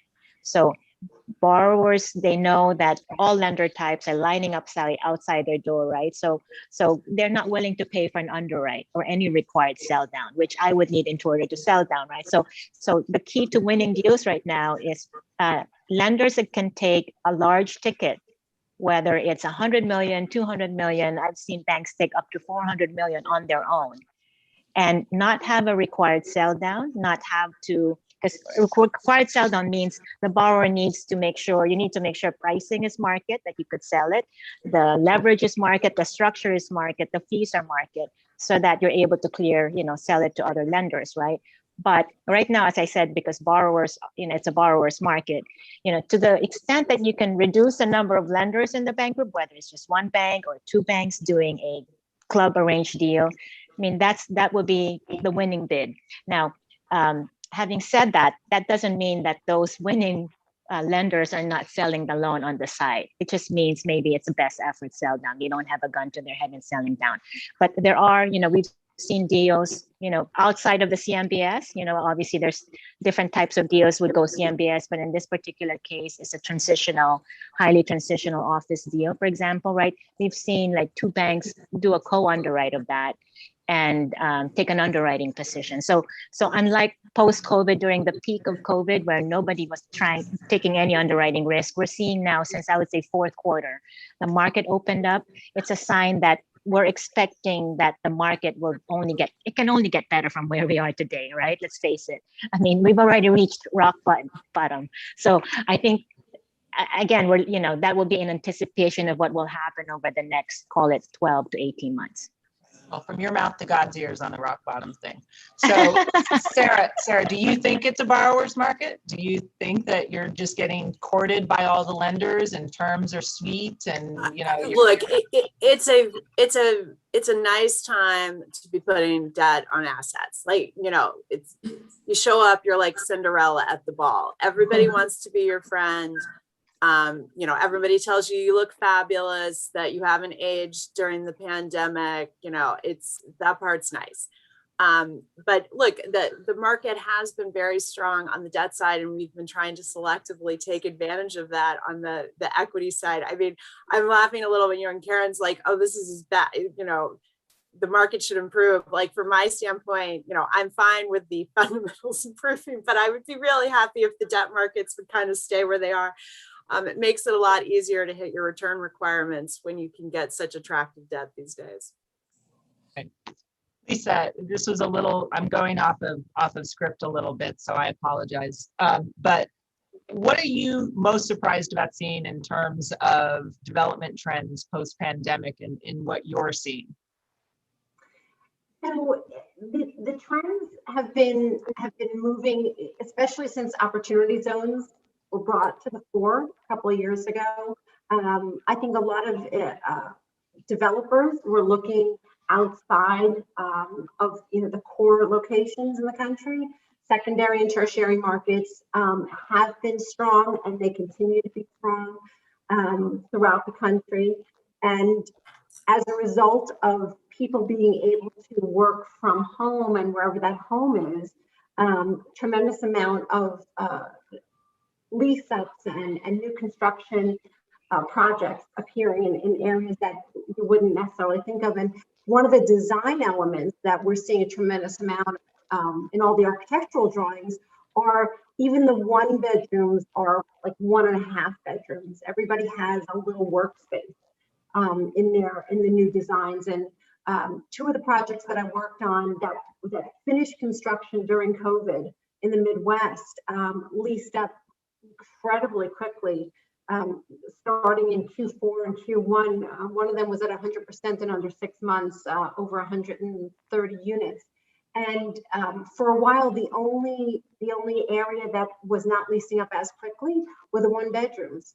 So that's an indication of how many people are really thinking of, I need, I may be single, but I want a second room to work from, or having 1.5 spaces to be able to work from home when I want to, even if it's a 3 days in the office, 2 days at home.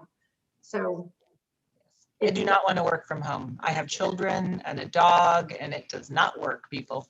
I don't know how anybody does it. I see, Sarah, you're like got the kid room in the background there, so God bless you. But so just moving on, you mentioned opportunity zones. Now we're seeing, ESG, you've got local law 97, you have all of these, the opportunity zones is one thing, but these carbon emission footprints and the compliance that is sort of hitting people upside the head. As lenders and Sarah, as an equity owner, how are you building in these requirements into your debt? Are you thinking about it?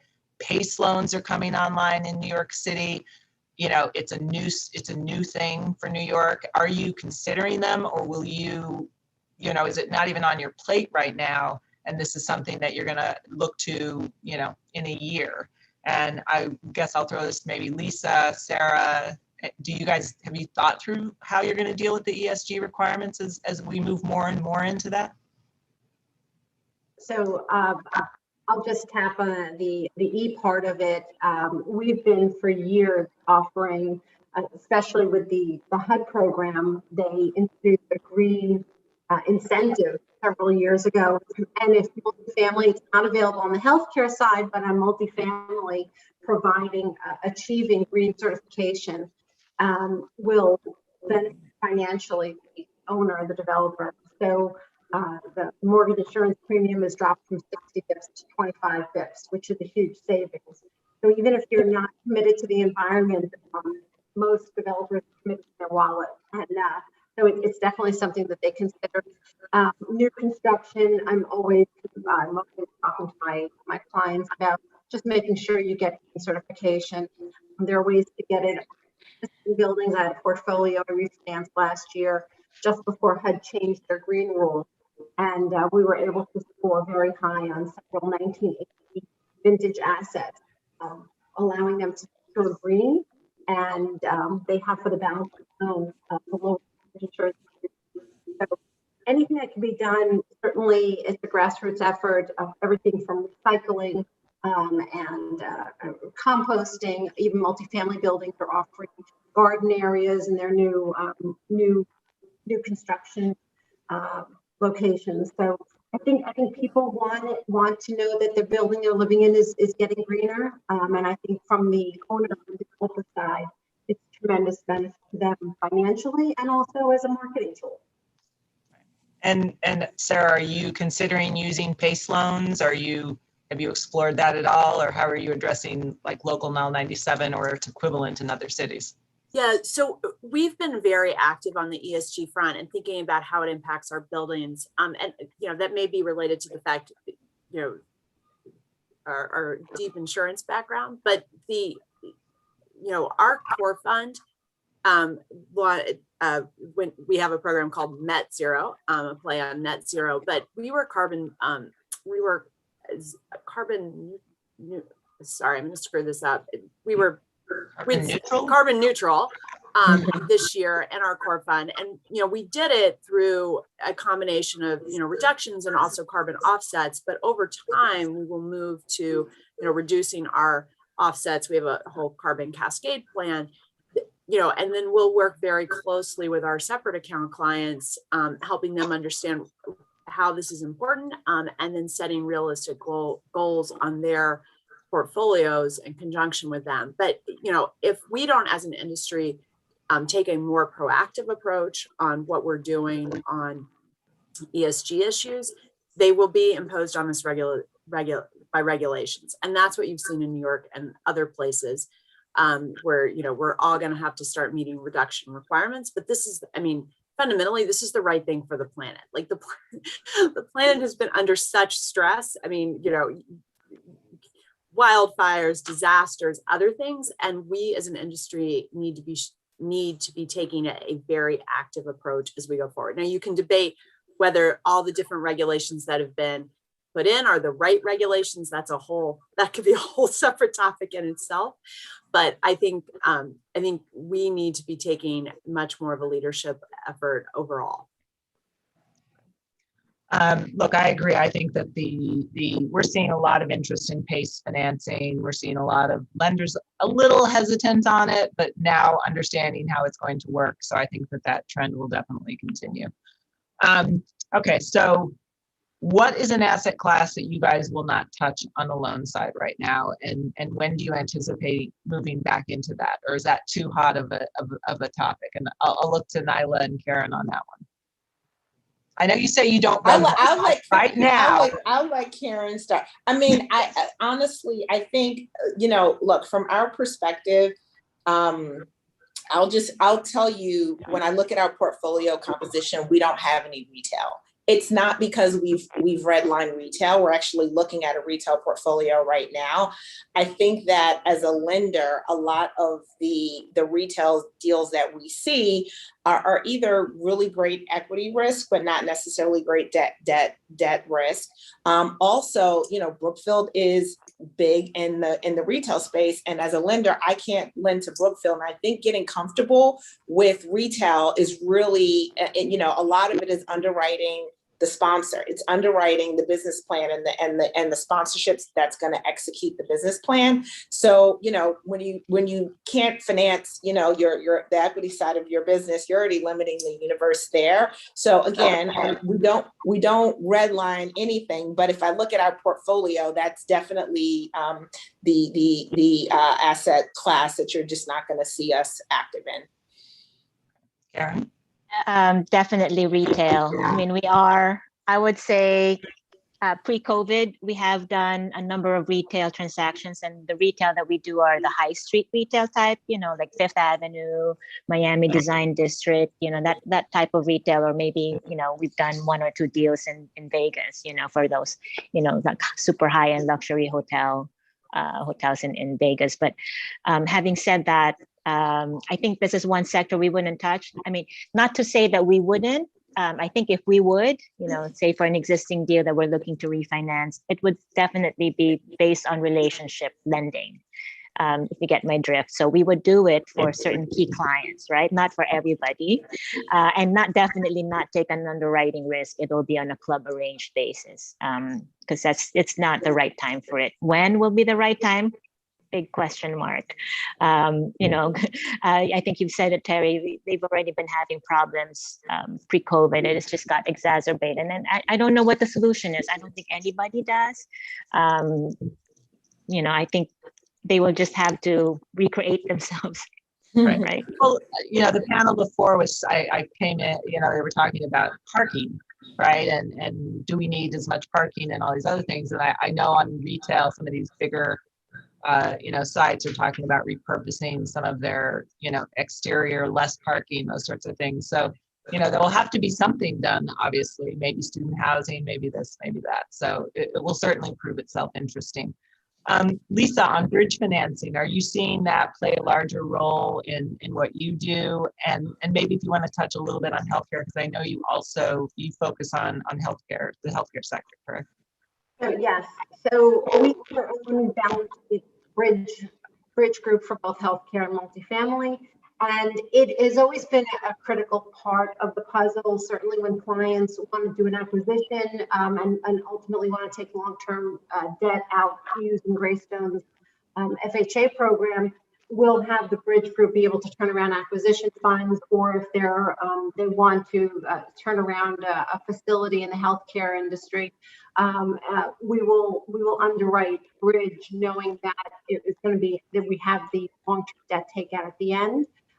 We are seeing a bridge group expanding. They're actually busting at the seams of the number of loans that are coming in. So we're actively working with our partners to expand our warehouse ability on the bridge side. And certainly, healthcare took a really hard hit. Nobody knew at the beginning of COVID how which industries were going to suffer the most, and there was for quite some time that multifamily would be troubled because of the eviction allowance, lack of being able to evict anyone. Well, would people just not pay their rent? But luckily, Americans, for the most part, did the right thing and were able to afford to cover their rent. So it wasn't the multifamily side, but sadly the healthcare side took a tremendous hit in terms of losses, residents, elderly that suffered from COVID at a very high percentage. And now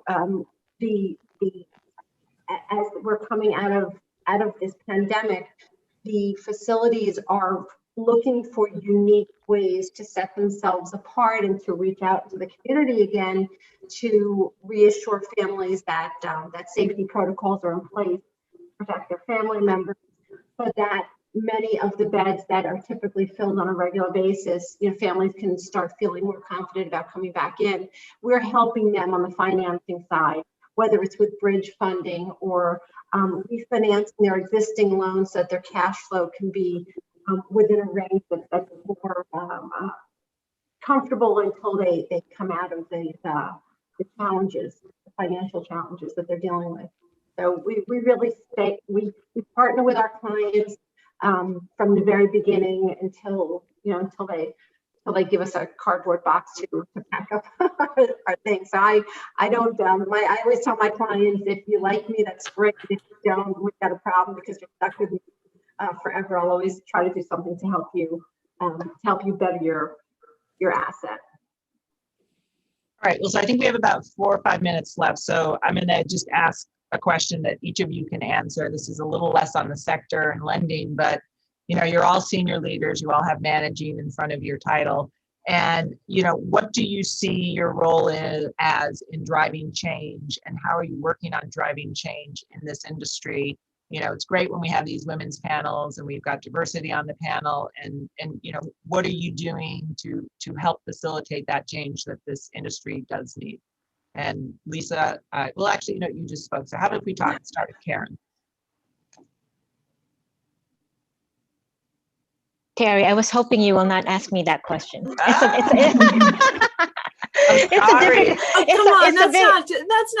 you do so much, Karen. Come on. No, seriously. I don't want to sound corny, but I try to be a good role model. I think I start with that.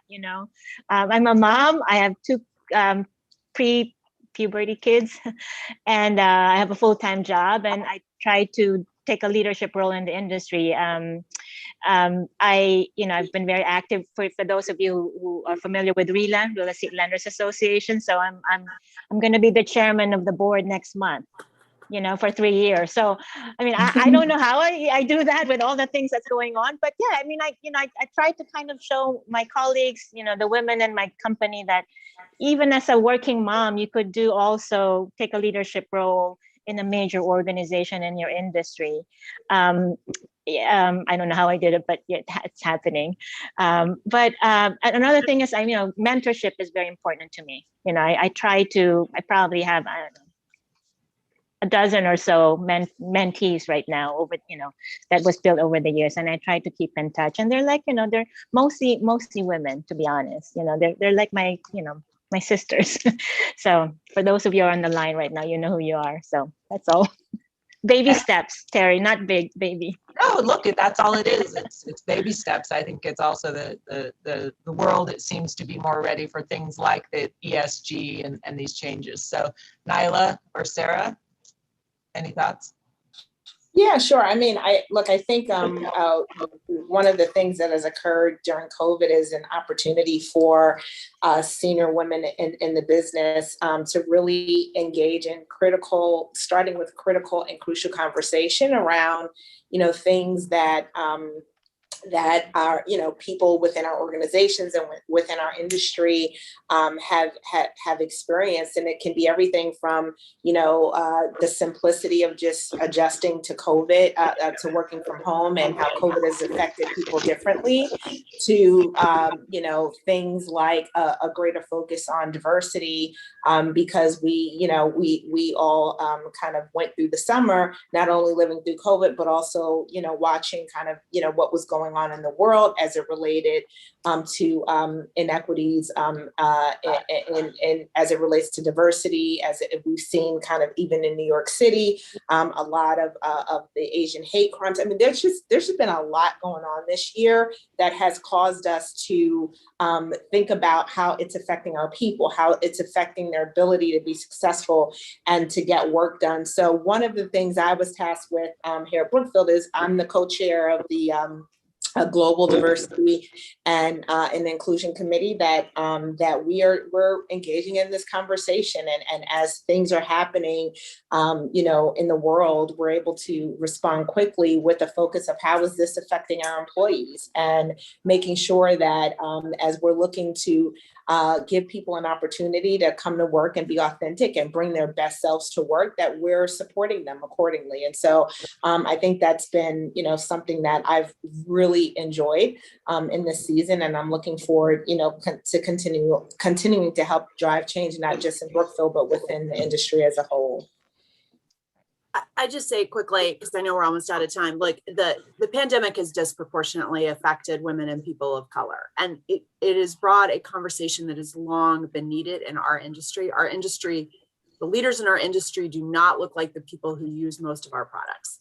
And when you have a group of people making decisions on what an office building should look like, and they don't reflect who the office using employment are, you're going to have products developed that don't benefit those workers. And that goes with all sorts of products around the industry. And I think one of the benefits that because of the murder of George Floyd, it started to engage us in conversations that people had not been having before in the industry.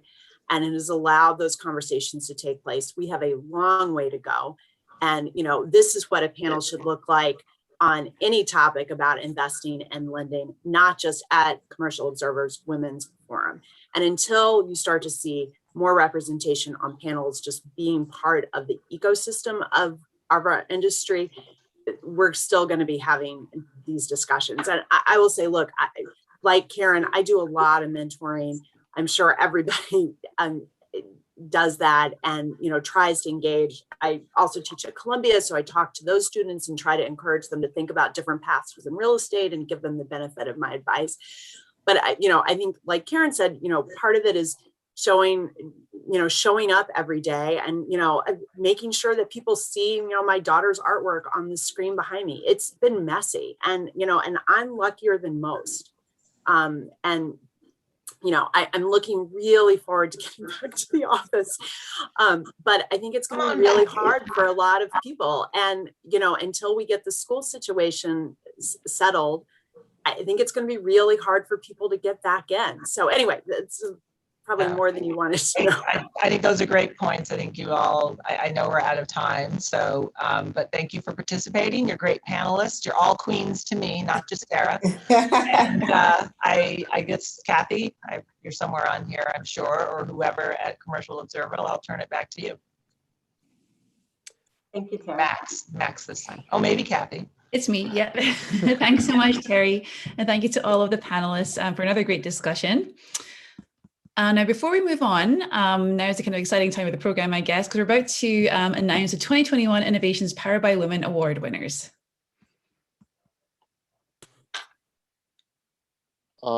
Yes, we are. Sorry, my screen is doing some weird stuff.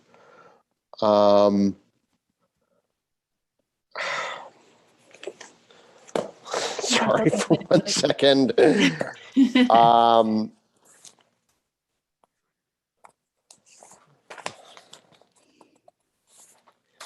Each year, we look forward to recognizing and celebrating women leading commercial real estate, design, and construction industries.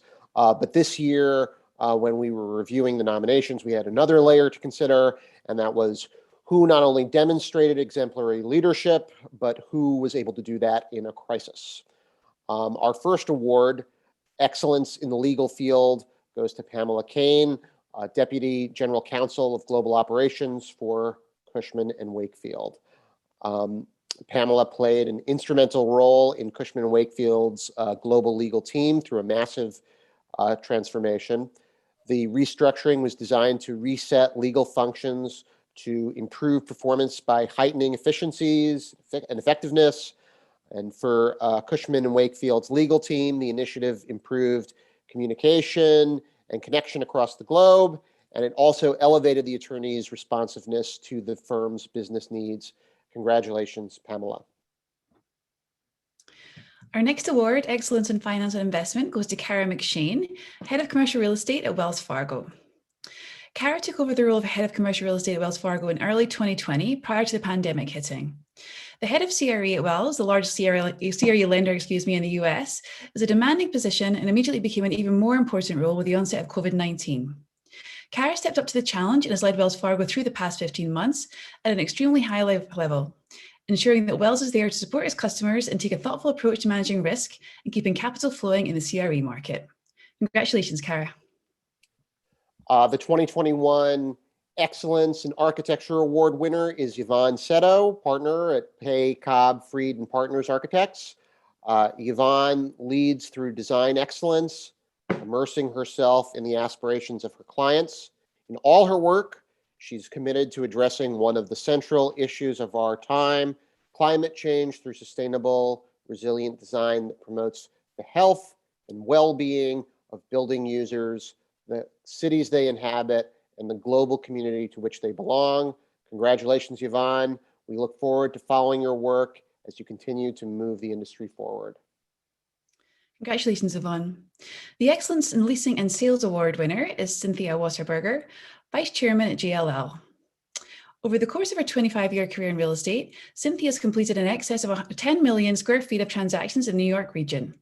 She's been actively involved in providing real estate services to financial service corporate clients such as Merrill Lynch, Bank of America, Morgan Stanley, State Street Bank, and Computer Associates, and as leasing agent for prominent owners such as SL Green and Boston Properties. This is a well-deserved honor. Congratulations, Cynthia. Our next award for Excellence in Development and Construction goes to one of today's expert speakers, Colleen Wenk, COO and President of Taconic Partners. Colleen is a proven trailblazer and innovator in real estate development. She's one of the industry's foremost authorities in real estate development, and her commitment to excellence aligns with Taconic's mission to responsibly transform the urban landscape and revitalize neighborhoods that New Yorkers love. This year, Colleen was promoted to President of Taconic Partners, the first time the 24-year-old firm has ever named someone president. She was also promoted to Chief Operating Officer and is overseeing several divisions within the firm. Colleen has been devoted to leading Taconic Partners' efforts to broaden into development and construction, transforming and revitalizing beloved neighborhoods throughout New York City. This year, we thought it was especially important to recognize women who have responded to the business challenges that have arisen from the pandemic by thinking creatively about how the real estate industry is attracting talent back to the office, which is why we introduced a Workplace Innovation Award. We're thrilled to congratulate Lisa Bavacqua, Executive Vice President and Director of Asset Management of Silverstein Properties, as our first-time honoree for this new award category. Lisa is responsible for changing how Silverstein Properties communicates, interacts, and works with their 60,000 commercial and residential customers. She has pioneered a series of innovative and transformative initiatives and services that will change how their firm does business as we all emerge from the pandemic. Congratulations, Lisa. I'm excited to announce that the 2021 Breakthrough Award winner, recognizing an up-and-coming rising star in the industry, is another expert speaker from today's program. We would like to congratulate Kaylee Raymer, Director of Operations and Vice President for Lend Lease.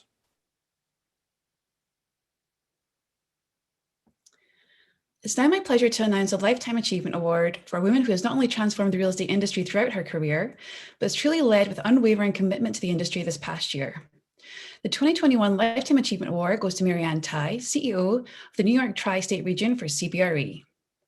In her 36-year real estate career, Marianne Tai has set the bar for excellence, creativity, leadership, and success in her field of brokerage and broken barriers for others to follow. In addition to closing more than 110 million square feet of transactions, anchoring 14.4 million square feet of new development, and earning a record-setting 9 Ingenious Deal of the Year awards from Revney, Tai holds the highest executive roles of any woman in the industry.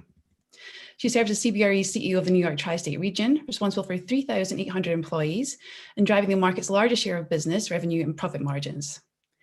Her leadership extends beyond her firm to serve the industry and the city as well. The first and only woman to serve as chairman of Revney, Tai continues as chairman emeritus of the organization and member of the executive board. As a member of the Mayor's COVID-19 task force, she's been a force in helping plan for the safe return of workers to office environments, establishing protocols for her own firm, and to help others develop plans for return. In addition, she has long served as a mentor for other women in her profession, both within CBRE and outside. Marianne's career trajectory from the bullpen to the boardroom is legendary for its independence, boldness, courage, and creativity. We are truly thrilled to announce Marianne as a 2021 Lifetime Achievement Award honoree. We'd also like to congratulate our 2021 Innovations Powered by Women Award honorees, but I'm sure everyone tuned in today would like to hear directly from the honorees about their thought leadership and industry intel award in a separate program, which is precisely why we'll be welcoming this year's honorees to our July Power Briefing program. So please keep an eye out for that program announcement and don't miss your chance to connect directly with this amazing group of leaders. Congratulations again, and it's now my pleasure to welcome another group of industry experts for our next panel. The title of the panel is Profiling Pioneering Women in Design and Construction. Your moderator is Christina Fish, Senior Director at Cushman & Wakefield, and Christina is joined by Margarita Castro Pereira, Project Executive at Gilbane Building Company, Mildred Clare, Vice President of Risk Management at AECOM Tishman, Denise DeSisto, Vice President, Project Executive at Clune Construction, Jenny Freeman, Senior Vice President and Director of Healthcare at Hunter Roberts Construction Group, and Jennifer Taranto, Director of Sustainability at STO Building Group. Take it away, Christina. Thank you so much. And thank you to my fellow panelists for taking the time to share their thoughts with us today. The accomplishments of these women are impressive, and the strength of this group is outstanding. Before we dive into our discussion today, I thought it may be worthwhile to have each person take a moment to introduce themselves. Margarita, I'll hand the floor to you, and then I'll conclude with my own introduction. Thank you. Good afternoon, everyone. My name is Margarita Castro Pereira. I am a project executive with Gilbane Building Company.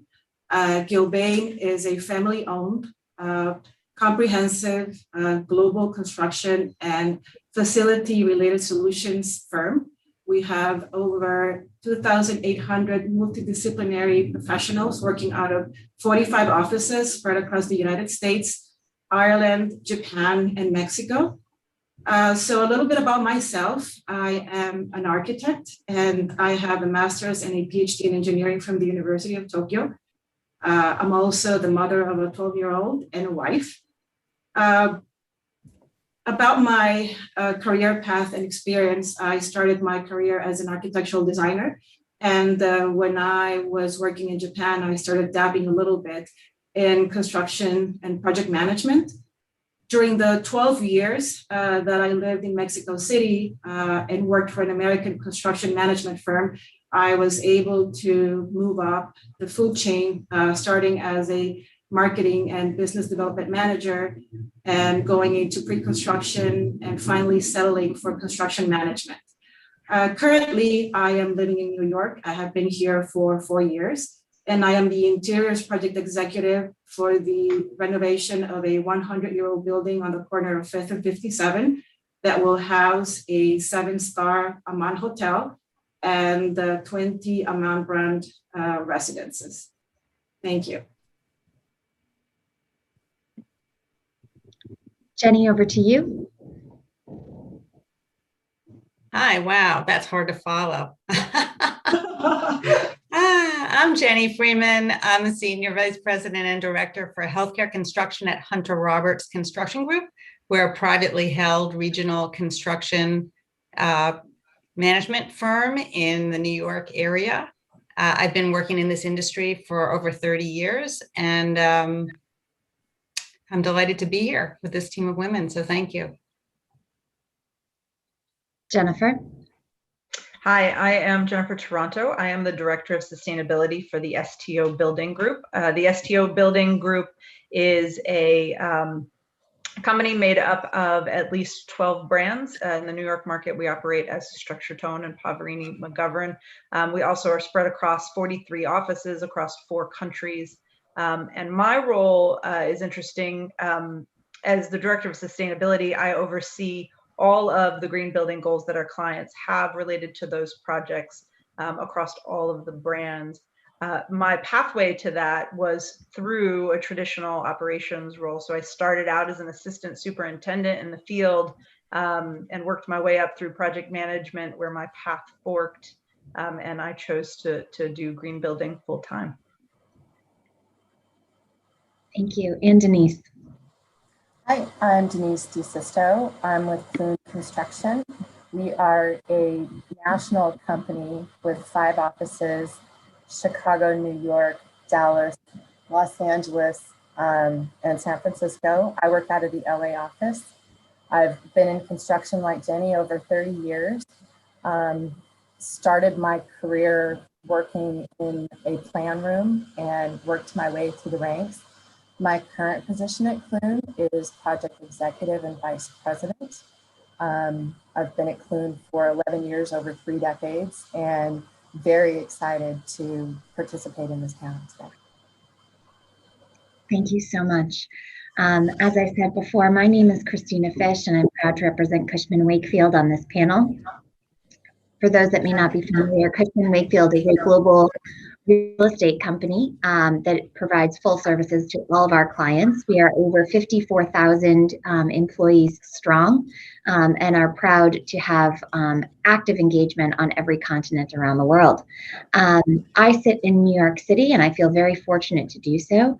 I help to manage a team that is 135 folks strong, and we manage on an annual basis a project volume of about $4 billion. I'm delighted to be joined by all of my fellow panelists today, and I think we should dive right in. So we have been brought together in part to celebrate the accomplishments of this group and the accomplishments of women in our industry. We've all taken very different paths to get to our current seats today. And I wanted to open our conversation by asking each one of you to share a bit about what has been most impactful along this journey and what you would like to highlight in terms of your own achievements. Denise, we'll start with you. Awesome. Okay. I think the most impactful effect on my career and growth in this business as a woman in construction has been having good sponsorship along the way. That I believe, in addition to just general work ethic, that has been key to my success. I'll jump in on this one. So, are we going in a specific order, Christina? No, absolutely. I'm hoping that we can just sort of have this conversation be very free-flowing and organic. Okay, great. So, to me, what really has stood out as the most important factor in my career has been having a passion for construction and really finding opportunities to add value. It's felt very much that it has to resonate with me personally in order for it to work. And so whenever I'm mentoring or sponsoring anybody, that's a really important component in our discussion, is to make sure that this is something where you really feel passionate about, because you're going to spend so many hours of your life doing it. I think it's almost impossible if you don't really care about what you're doing. Yeah, I'd like to echo that. I mean, Jenny makes a great point. Passion is sort of part of my pathway to the non-traditional role that I have in our organization, is that there was always this desire to learn more, to experience more, to push the envelope a little further and a little farther. And to me, dealing with sustainable design was really part of that complexity. It was trying to solve a different problem rather than just how to meet a schedule and how to meet a budget, which is hard enough in and of itself, by all means. But I think passion is a key, and I think a willingness to just continually learn and partner alongside a wide variety of people in the organization. I mean, I try to learn something from every team member that I interact with. I think that those are my big takeaways. For me, I think one of the things that stands out the most is creating your own opportunities and being bold, being a little inventive. I think you always have to take advantage of the relationships you have, networking, to make sure that you know which opportunities are out there for you, and what are your abilities to be able to kind of like find that perfect marriage. And eventually opportunities will start finding you as well. Having developed my career in a foreign environment for the past 20 years, basically, I've always stretched myself to learn more.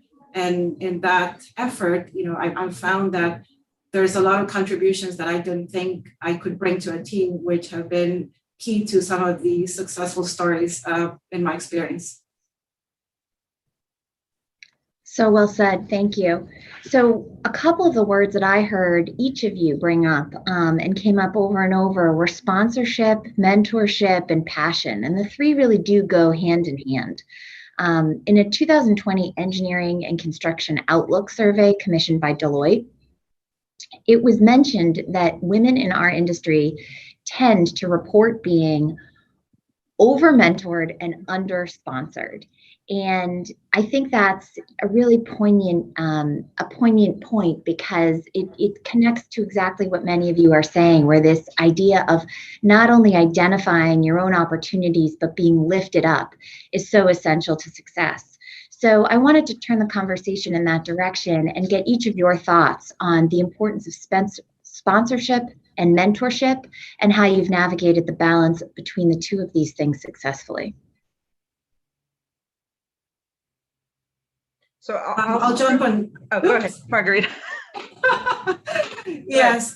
So I think definitely, I've had, some experience with mentorship, and I've had experience with two types of mentorship. The first one is what I call an organic type of mentorship, where you actually develop more than a regular meeting, schedule or agenda or a part of a program.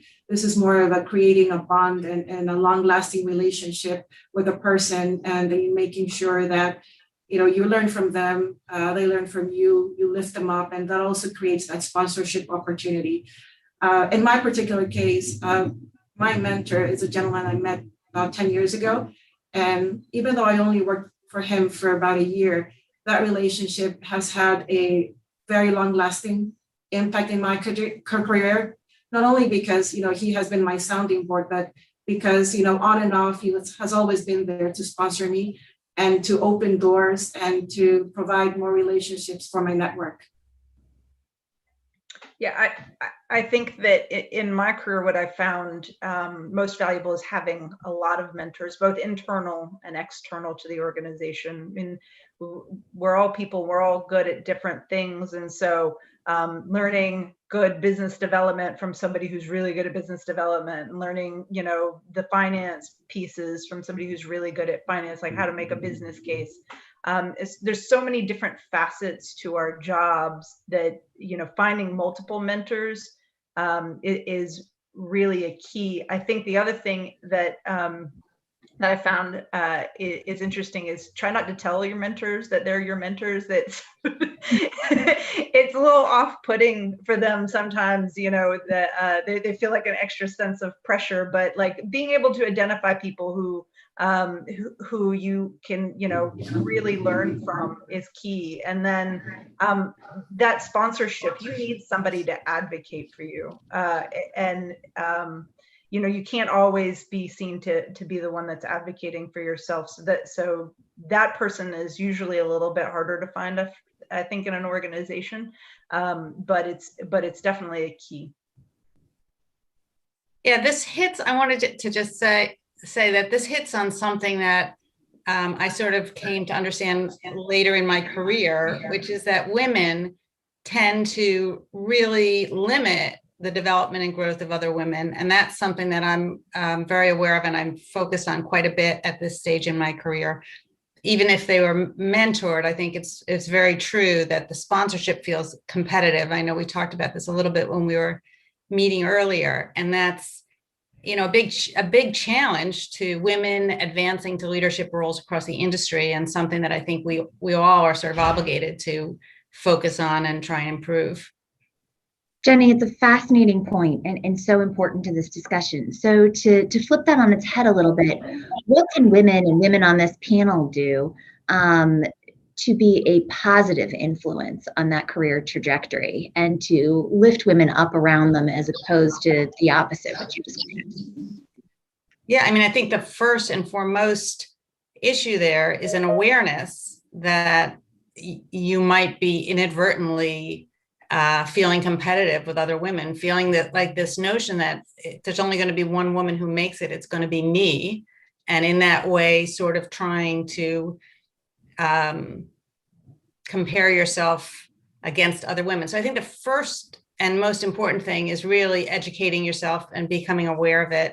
And then, and I read a book called Women Don't Ask, which I thought had a lot of statistics in it on that was really fascinated and really opened my eyes to how much I might have been doing it. It's very much like, you know, being racist without realizing it. It's part of, you know, this new awareness or focus that we're having on how are we impacting people without realizing it, and what are these sort of positions that we have internally that we're unaware of, and exploring those and just trying to combat it every day, you know, just trying to be upfront with it.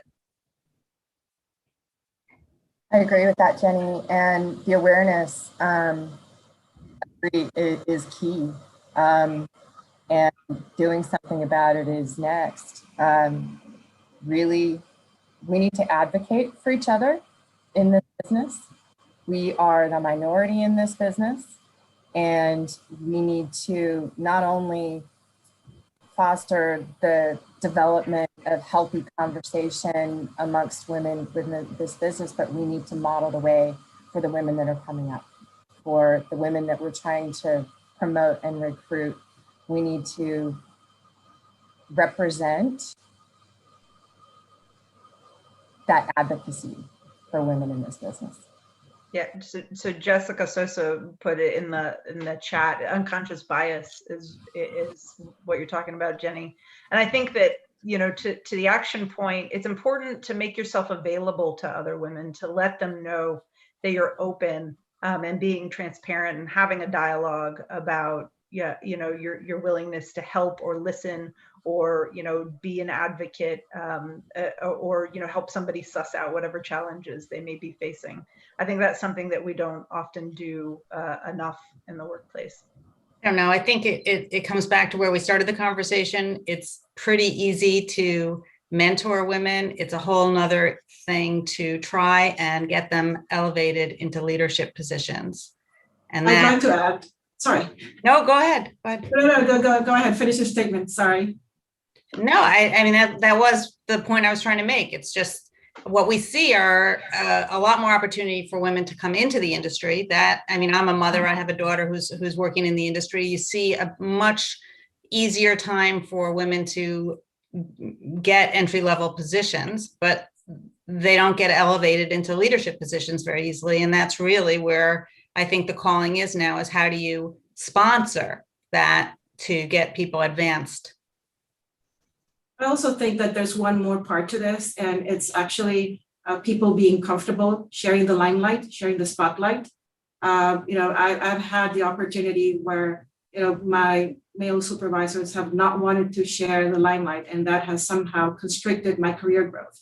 And I've also had, you know, the other side of the coin, where someone has been, you know, so, you know, sure of himself that he has no problem, you know, giving you the limelight. And I think as women leaders, we also have to be comfortable with that, understanding that it's not only promoting them and growing them and mentoring them, we have to step aside and let the light shine on them. It's a great point, Margarita. And I think it connects as well to what we're saying in terms of lifting others up around us, letting great work speak for itself and really get the shine that it deserves.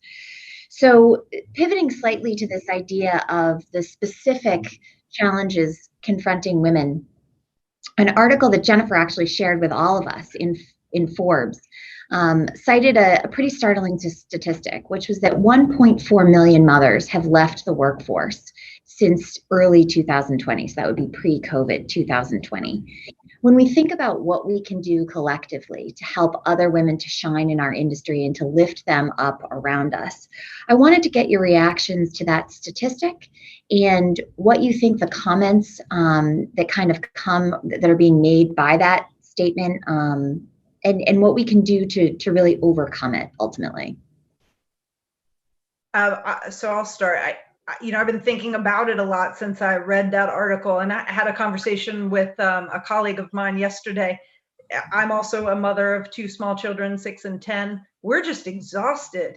It has been a slog the last year and a half, constant Zoom meetings, school in, out is, today an early release date, like what in the heck's happening? The schedules have been nutty. And in trying to keep up with the work, we're flexing our hours, right? So I put my kids to bed and I work for another, several hours until I finally go to bed. I think that the last panel sort of toward the end, they hit on this, is that really, childcare is an issue. And, whether or not employers want to go down that route of figuring out how to help their employees with childcare. I know many large employers do this, have childcare services involved, but I think childcare is really probably one of the biggest nuts to crack. So I just wanted to stop there, Jennifer, before I nudge the conversation further, because I think a lot of us share both our passion for the construction development industry and the fact that we're moms at the beginning and the end of the day, and certainly every minute in between. But I think that this statistic, I know for me personally, hits a little harder as a mom, and I feel really motivated to try to think through what I can do to support other women who are caregivers. And they may be shouldering that burden with partners or without partners, but either way, I think it touches anyone who identifies as a caregiver, and certainly us moms a little bit more deeply. So would love to get the thoughts of the other panelists on this point. I think from our standpoint, and to all of the women that have small children, love you. I don't know during COVID, okay, I couldn't have done it. But at least within our organization, we've established that because of COVID, we can still function, and we can still function highly from a remote standpoint, which does give some flexibility. Not obviously, it's still, when you have children around, it's very difficult to get anything accomplished, but the flexibility is there to be able to allow women to continue to work and do their jobs. I'm sorry. Denise, I wanted you to share that you actually took some time off in your career, because you shared that earlier. And I thought that was so important and so valuable for people to hear. I thought it was terrific. So please share a little bit about that. Sure. So I worked at Clune in the late 1990s and early 2000s.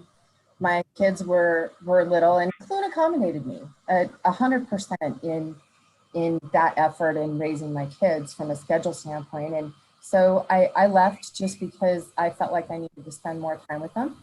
I did continue to work in construction, but self-employed, and I was there to drop my kids off at school in the morning, and I was there to pick them up. And continued to do that until my youngest graduated from high school. And my sponsor, probably my best sponsor of my career, called me one day and said, "Hey, you ready to come back?" And I said, "You know what? My youngest just graduated from high school. Let's talk." And I've been back since 2015. And obviously have worked from project manager to project executive in 5 years. So, you know, it's worth it. If you need to take the time and stay home, do it. I have great kids as a result. And I get to get my career back. So I feel like I get the best of both worlds. Absolutely. There's one more thing that I think is important, and it's the trust factor. Construction is a very demanding line of work in terms of you have to be there to get stuff done, right? So, you know, the pandemic gave us a little bit of an eye opener for which positions, you know, are better fitted, you know, for flex time and for remote work arrangements. And, you know, before, when there were not that many women in leadership positions, probably the male counterparts didn't know what they were dealing with. And so now that there's more of us out there who have the ability to make these decisions and concessions and work with them, you know, there's more opportunity for women to actually have that kind of support and understanding, and obviously, you know, make it work. Because if it doesn't work, then, you know, it's not going to happen.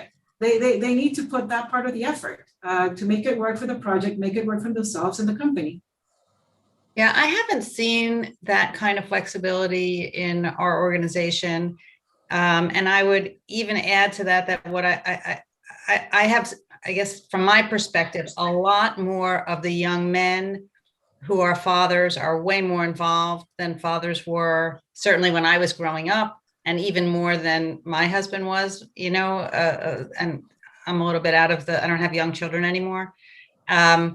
And so even those younger men who are involved have a greater interest in flexing.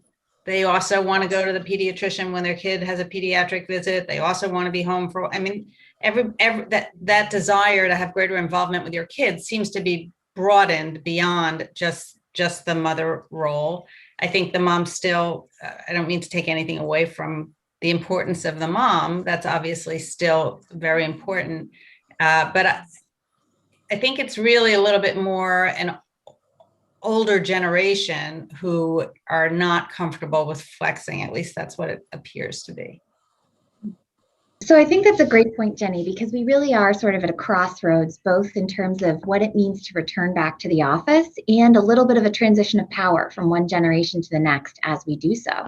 So I'm going to cite a U.S. Bureau of Labor Statistics, which is ordinarily a little dry, but hang in there with me here. So industry-wide, across the United States, the U.S. Bureau of Labor Statistics reports that women make up 9% of the construction and associated industries. So 9%, that's it. Going forward, as we think about transitioning from, you know, the flexible environments that we all evolved to working in during COVID, and what that means going forward, are we actually at a moment in time that represents a huge opportunity to get more women into our industry? And does the lessons that we learned about flexibility during COVID empower us to be agents for change within all of our organizations? I do think that globalization of the industry plays a big part of this. You know, pretty much every single project I've been involved with, you know, in recent years has always had a lot of consultants remote, whether in Asia or in Europe or America or peppered across the entire globe. So that opens up for a working environment where a lot of it is remote. The remote communications has been there for a while. I remember 10 years ago, we had these document cameras where we would be drawing and the camera would be showing what you're drawing. Nowadays, we have more tools. And so that helps the process for someone who might be working at a stage of the project where you are able to work remotely. There's also the factor that nowadays there are more consultancy roles for specialized things. So, you know, women can find a little niche where they can excel and, you know, find a way to maintain an active role in their career while they're, you know, with small kids or a special stage in their personal life. Yeah, I mean, I would just say that's a terrible ratio. 9% is terrible. And I think I think there's a lot of discussion. I mean, I've heard other people talk about what they can do to change that ratio, and almost all of it starts very early in, elementary school, in making sure that girls feel okay and feel they can go into math and science and STEM. And there's been a lot of, I think, advances. I don't know, the ratio really hasn't changed that much. It's pretty shocking to hear that number. I mean, that's just, yeah, that's horrific, isn't it? Yeah, I was surprised at the low number, but I think, Christine, the answer to your question is yes. I mean, yes, there is a huge opportunity for us to shift the workforce, and to Jenny's point, it's about identifying the opportunity, about letting people know that there's an opportunity there, and it's not just the white collar jobs, but there's also blue collar jobs. There's a workforce shortage in the construction industry all throughout, and so I think telling people that there's an opportunity, telling young girls, young women that there's an opportunity in commercial real estate is something that maybe as an industry we really got to figure out how to push forward. But you're making such an interesting point, Jennifer. I mean, in the blue collar side of it, the worker side, the constructor side doesn't have flexibility for work from home any way you look at it. No, that's absolutely right. Yeah. So in our last 5 minutes, I wanted to do a lightning round and ask each panelist to give themselves one piece of advice that they wish someone had given to them on the first day that they walked into this industry and started their career. So Denise, I will put you on the spot first and ask you to pass it off afterward. Don't try to be one of the guys. Be yourself. Be a woman and own it, and you're going to do just fine.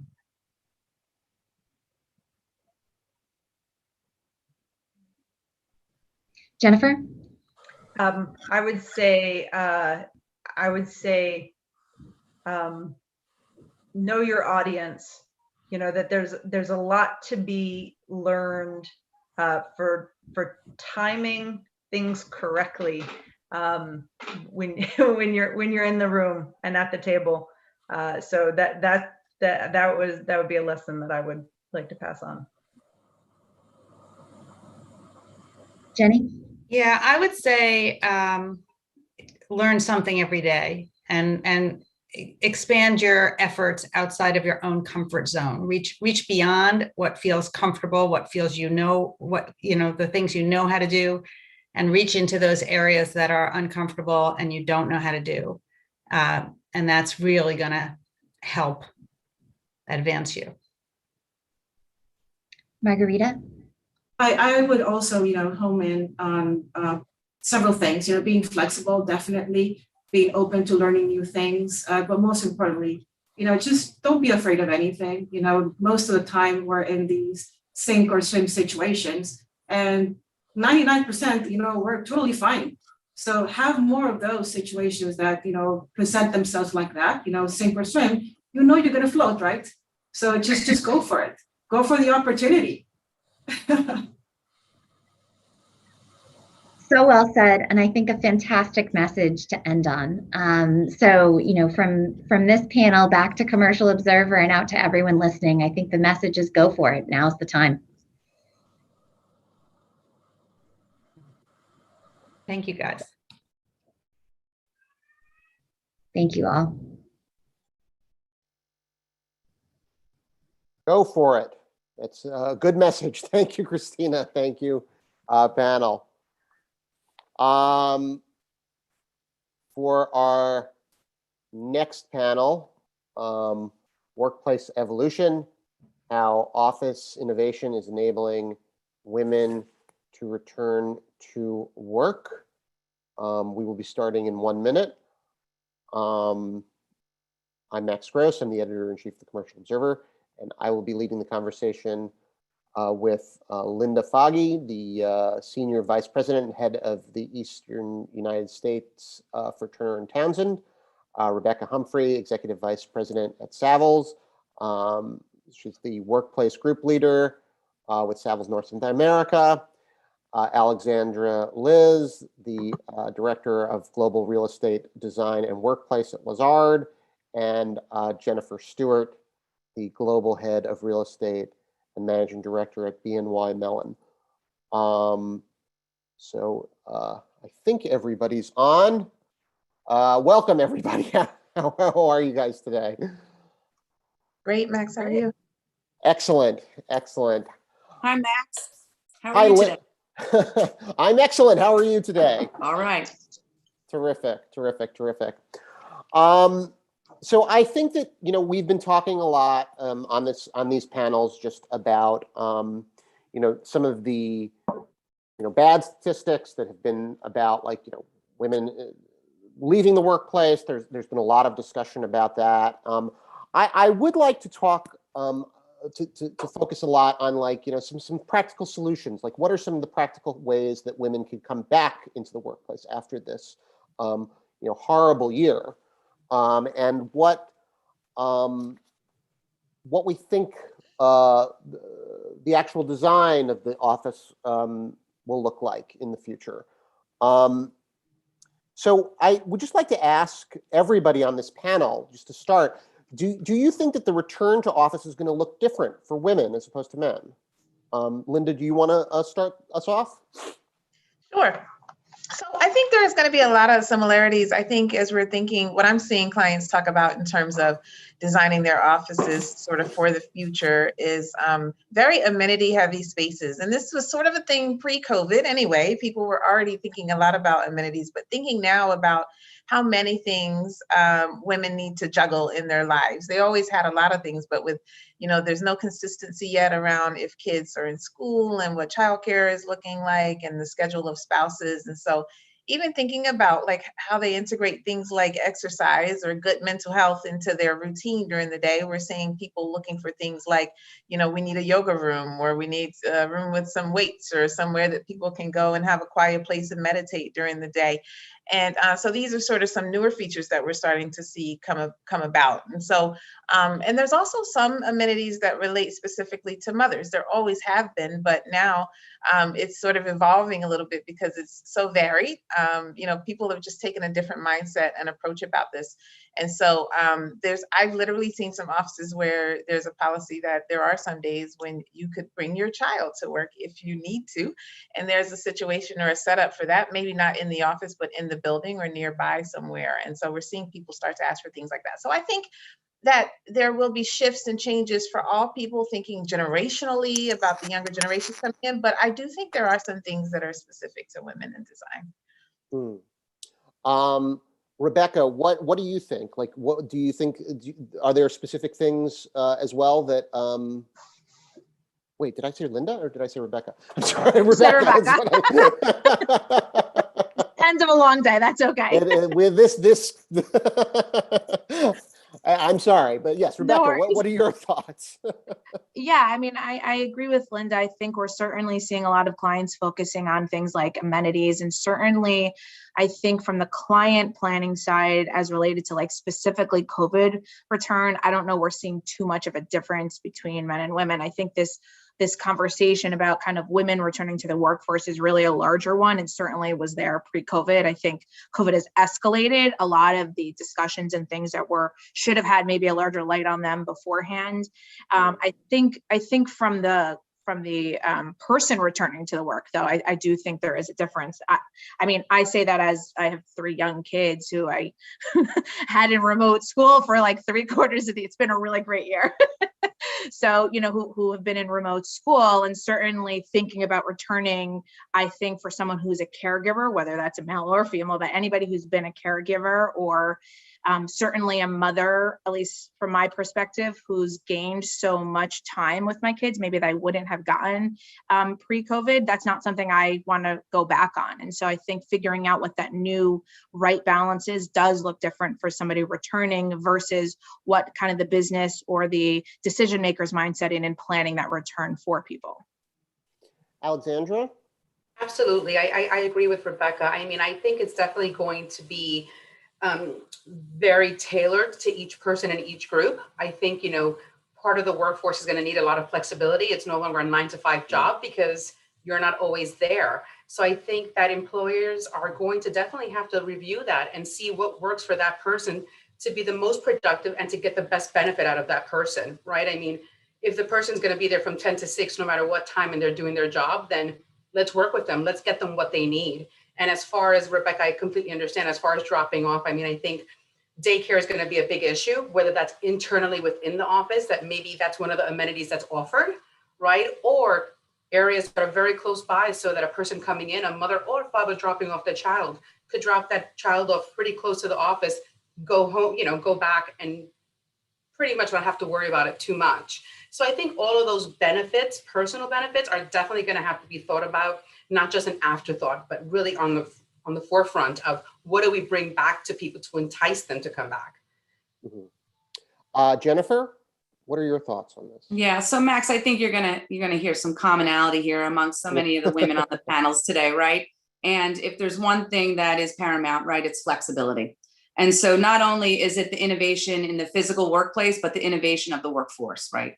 And going forward. And to make sure that we have that flexibility. Some people may have young children, some people may not have children, some people may have a commute, some people may have all sorts of reasons why they will embrace flexibility. And so the workforce is on the precipice of this new horizon, if you will.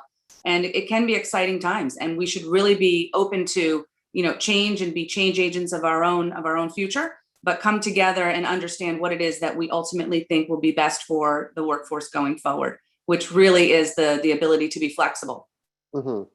Linda, I want to piggyback on something that you said, which I thought was very, very interesting. When you said that there was like some offices are doing things like bring your child to work day. That strikes me as, figuring out the childcare issue is just one of these keys to the whole thing. It seems like to me. I have a child. I know what it's like. I've been also home with a crazy person for the last year and a half. But I am curious, aside from bringing your child to work, has there been any other ideas like that along those lines, and who's been doing it? So there's been other ideas. This one is going to sound funny if you're not a pet lover, but there was already sort of this thing about bring your dog to work on Fridays that some people were doing. And so we've actually had some tenants who have staff that have said, well, I've been home with my new puppy for a year and a half, and the thought of me leaving, it breaks their heart. And so they've actually made accommodations for that as well. Now you do have, issues around that because some people are allergic. And so what they do is sort of set up neighborhoods in the offices where it's dog friendly. And if they have sort of a bring your child to work, we had a tenant who actually was deciding between two spaces and two different buildings. And this one building happened to have a daycare center in the building. And this employer was working out a deal, an arrangement where they could provide some sort of childcare for some of the children 1 day a week, each person. It didn't all have to be on the same day. And so that actually drove this client to select that building, which really wasn't anything to do necessarily with that landlord, but it was seen as an amenity in the space for people. And so I haven't seen the tech firms or firms that historically have the very young talent in there yet, but it's actually been some of the firms that you wouldn't suspect, insurance companies, and some of the financial services firms like the equity houses have been doing things like this. So it's really interesting.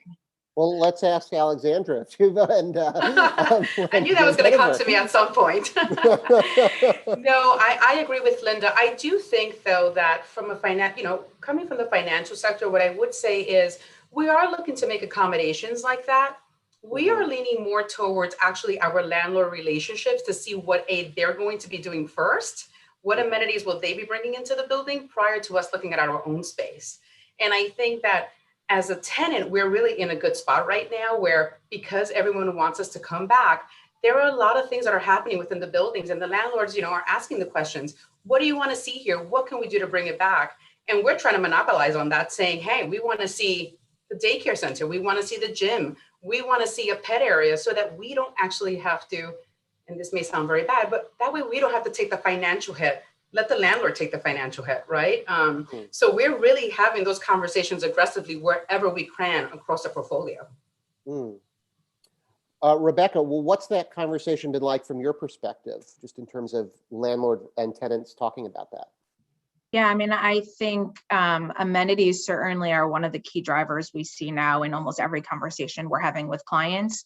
I think similar to what Alex said, whatever, first looking at what the building has, if the building doesn't have it, where are you centrally located that you can have something in the immediate vicinity. So wellness is a great example. Wellness is something that has obviously had a heightened lens on it as clients are looking at their spaces over the last few months and year.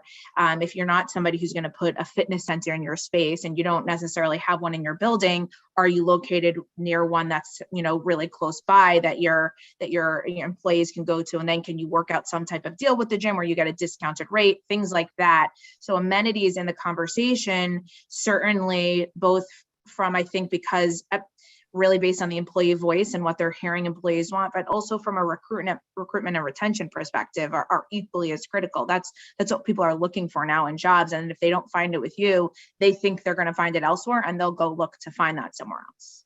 Well, and let me ask you this, like, are landlords, can they afford to do this if, like, they've been losing tenants left and right over the last year?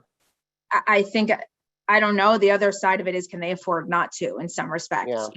Because it's become such a competitive market looking at things like what they offer, both from amenities perspective. We're looking at things like, have they upgraded their HVAC? Those are all things that tenants now are looking at. These are all things employees are asking about and now have the knowledge base. They want to understand what their HVAC and the air quality is like in their workspace. What's the natural light coming in and all of that type of stuff. Right. I want to shift a little bit and get to, return to work and return to office. Jennifer, I was hoping you could start us off and just tell us a little bit. So do you think that a permanent hybrid model is here to stay? Do you think that that's just like part of the landscape from now on? So Max, I think that we're seeing that so many folks in returning to the office, folks are eager to come back in some way, shape, or form. We've all had a year plus, perfecting our skills at being virtual and remote. And I think we've done a very good job, and that will help us, in the hybrid work model. So it gives us that flexibility that everybody is eager and craving for. But people really do want to come back into the office and to be able to meet with others and to have that, that intersection when you pass by somebody and you say, oh, that's right. Last time I saw you, we were talking about this, do you want to grab a coffee? Could we meet over here? And so the idea of being able to have that sense of collaboration, I think people are really craving for. And so, it'll be an evolution of as we come back into the office, and the purpose and the reason for coming back into the office will be very important. And the idea of an amenity rich landscape, landlords will have to in some way, shape, or form respond to that. It may not be immediate. There's also a bit of a wait and see. How will people react and be back in, the office? And the way you were in the office a year and a half ago is going to be very different than how you were, maybe tomorrow and going forward. So there's a bit of, pent up demand, and people are eager to return, which is fantastic. And then the idea of, well, we've just learned a lot in the past year and a half, and how can we build off of that, and what can the future of work look like? So a hybrid model, we're seeing that, many folks are looking to embrace that and to incorporate, the flexibility of what's inherent in a hybrid model. So yes, I do think that it is here to stay. And Max, if I can add, I love what Jennifer is talking about here, and it's going to be interesting to see the very important role that technology and the integration of it is going to play in this hybrid model. I don't know if you've ever tried recently to manage a large meeting that is itself hybrid, meaning some of the people are in the room and some of the people are virtual. And in order to do something like that, you need really good technology, much better than you need if everyone is remote or everyone is together. And so we are starting to see a lot of tenants, ask what's available in the building, what does the landlord have, so that I don't have to put this money out and use my space in this way. And so we're starting to see landlords even offer things like that, conference setups that have really high-end technology. And the other thing about what Jennifer said is people want to come to collaborate and be together. And so finding a way, I'm hearing a lot of tenants talk about, well, what are there booking or reservation systems or scheduling, or is everyone going to be in on Tuesday to Thursday and no one Monday to Friday? And so how are we going to kind of manage this traffic flow through the office? I think is going to be important key as well. Now, let me ask you this, Linda, and this is also for everybody else, but do you think that the hybrid like the future hybrid system is going to be like completely bespoke for every single firm, or do you think that there's going to be a standard for a hybrid that's going to like go across the Yeah, it's a really interesting question. I don't think it's going to be either, but I do think that it's going to divide itself up by sector, what type of services you provide. I think we're going to see the tech services groups do something that's all similar to one another, because when you think about it, their talent pool moves across from one of those companies to the others, and those talented people are going to be demanding and requesting the same things that they had from one tech firm to the other.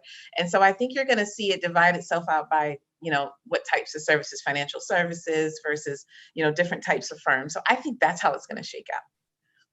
Alexandra, what is, can you tell us a little bit about like what Lazard is in particular thinking about this? I feel we're still we're still exploring it, Max. I think that there's so much that could be done. Similar to what Linda said, right? We have various segments and each segment has a different need. I think that we're heavily relying on each segment to come back to us corporate saying, for my team to be efficient and productive, this is what we are looking at. How do you corporate now take that and adapt it to your overall plan?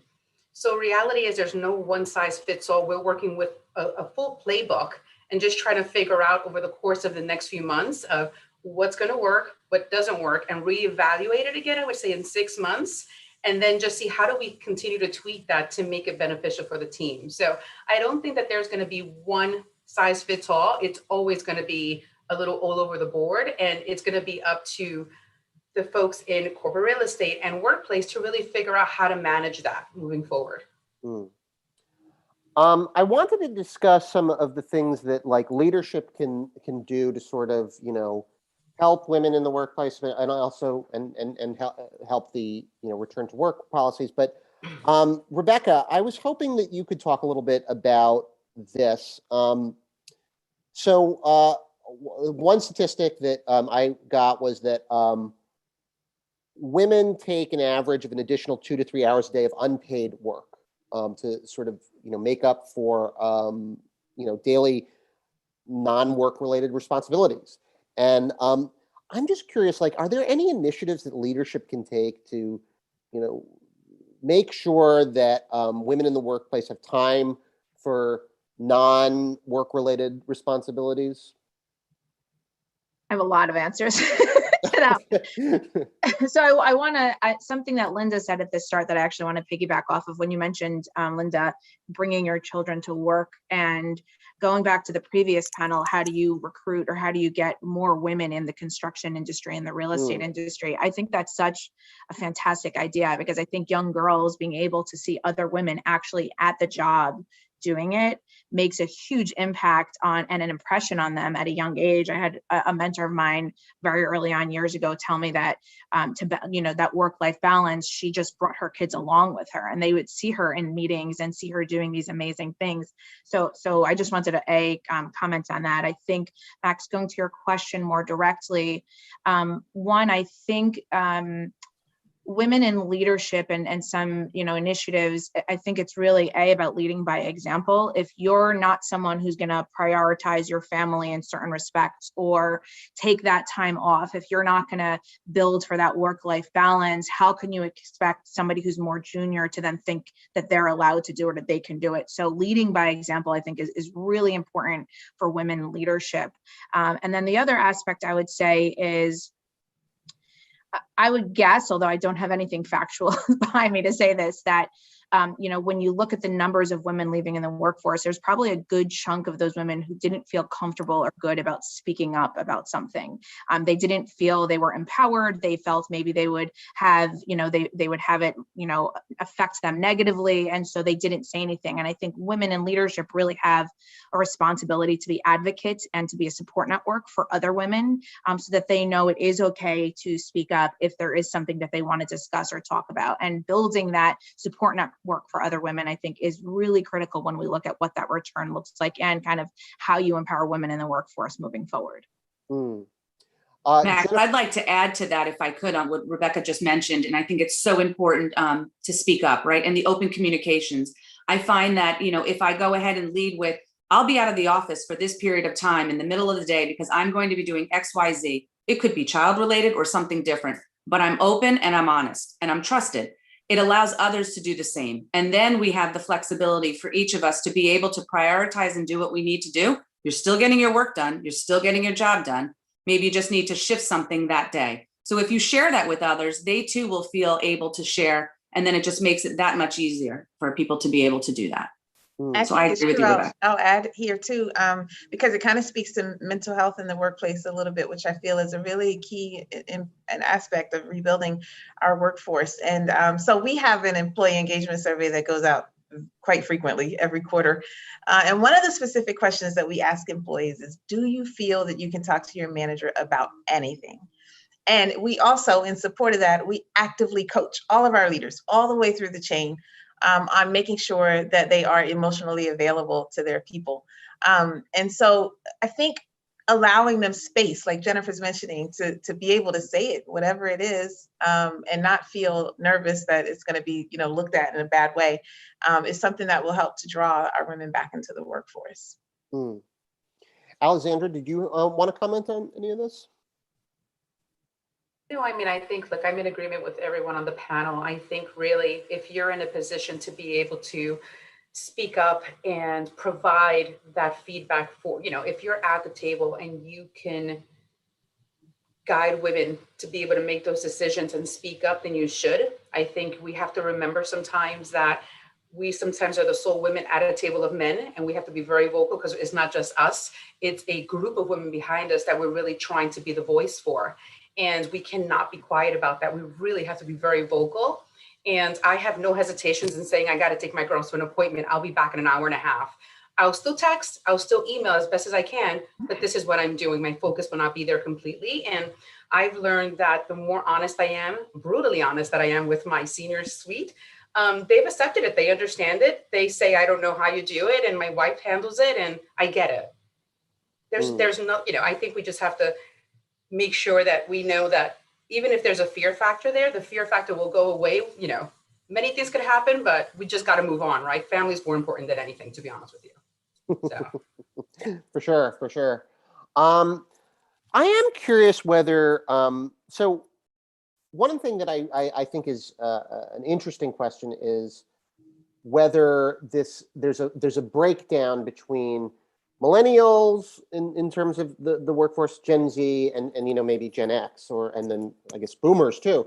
But like what in terms of hybrid, in terms of return to work, in terms of the future, do you think what's the generational divide in terms of what they need and what they want? Linda, do you want to start us off with that? Yeah, sure. I think one of the most when I was Wells Fargo, I was studying a lot about the fact that we're unique because in this particular time we're managing across 5 different generations in the workforce, in the workplace. And so trying to figure out what each of them needs and wants was a daunting undertaking, I guess. But what we learned in studying this is that a lot of the things are the same across the generations. But I think I was particularly fascinated by Gen Z. I have a Gen Zer, a couple of those in my house, because we call these folks the activist workforce, and I love it. They're very energetic, but they also have very strong feelings about what companies are doing from a social justice perspective. They're very concerned with what you're doing about net zero and about climate change, and just they're so interested in understanding these things. And so even when you think about the office design, they ask about things like inclusive office design. Natural light is very beautiful and it's great, but what if I get migraines? Or, these flooring patterns are great, but what if I'm epileptic or, on the spectrum? How does this office design work for me? And so I think that it's just pushing us to be better, to be more and more inclusive and also aware, of when we are excluding someone. And so I'm really looking forward to this generation getting here and really helping us to get things in shape and in order so it's a very exciting time in that regard. But I think Gen Zs, they come into the workforce and they're sort of activating the space a little bit for us. And there's a lot of things the other 4 generations need are similar. When millennials have their things, a lot of their focus is really on their careers and how quickly they're moving through the chain and getting promoted. And so there's some things I find that you could do that satisfies all of them. Like almost everyone still wants or needs a mentor, so making that available to them is something that I think is attracting people into the workspace as well. Mentor and a sponsor, apparently, according to our last one of our last panels. Jennifer, what's your take on that? Like, do you think that there is like, a generational gap, or is that not the case? Are they all wanting the same things? I don't know if I'd call it a gap, Max, but I do like what Linda said too about, the idea of mentor, right? And sponsors, but even with a mentor. So I have a couple of Gen Zs in my household as well. I've got, kids here, and they energize the space, they energize the workforce as well. But I think that, it's a two-way street. So anytime that, I'm in a mentor seat, I say to the mentee, well, what can you share with me too? Because I'm, I'm a Gen Xer. And so, I'm looking to learn as well. So to me, it's really a fluid kind of dynamic. And I'm super eager to see what folks will bring to the workplace, especially because we're about to, embark on perhaps maybe a new way of working as well. So I'm not always, leading the pack. I also, take an extra step to, watch, stop, listen, and see what's going on around me, because I'm eager to learn as well and adapt. Mm-hmm. Rebecca, what's been your experience there on the question of generation? I think a lot of what Linda and Jennifer said. I certainly think the younger generations coming into the workforce now have. Not only are they very passionate about a lot of things, but they also have a very strong voice. I like to call, I think I call them like they're technology natives. Like they've grown up with technology since they were born, basically. And I don't, I learned technology as I was going through school and college. And so I think they've learned how to, and they understand how to leverage technology in a way that empowers the things that they're passionate about. I do love the notion of that Linda and Jennifer touched on that. I think they really kind of keep us on their toes, and they force everybody else to be better, to do better, to think more creatively, and to really think, how can we push ourselves forward in the business industry as a country, as a world? What can we do to do things better? I remember there was one time, I think I threw maybe a piece of gum out my car window or something, and my daughter was I rode over an animal. She was so because they're being taught at such a young age now, it's so ingrained in them to think about things like the environment and social justice and wellness in the workplace and things like that. And so I think it's really just all forcing us to look at ourselves differently and what we can do better. Gum out the window, Rebecca. I can't believe it. I'm speechless. Speechless. He was really angry. Alexandra, what about at Lazard? Have you as someone who's looking at the global footprint of the company and its design, has that changed at all with I guess input from the younger generation, from the next generation that's coming in? I think it's being taken into consideration for sure. I think, when there is an opportunity to redo a space and we're looking at what workplace means for us, we're definitely taking that into account. I think that we are a very traditional culture setup. So I think that there's a lot that each generation could learn from one another. While Gen Z has all of these great ideas about environment and how to save the world, there is something that baby boomers and Gen X have, that it's more personable, right? It's not all about technology. How do you speak to someone in a meeting? What is that interaction? What does that take to call a client and see how they're doing? It's not all just about text, email, and getting on a Zoom.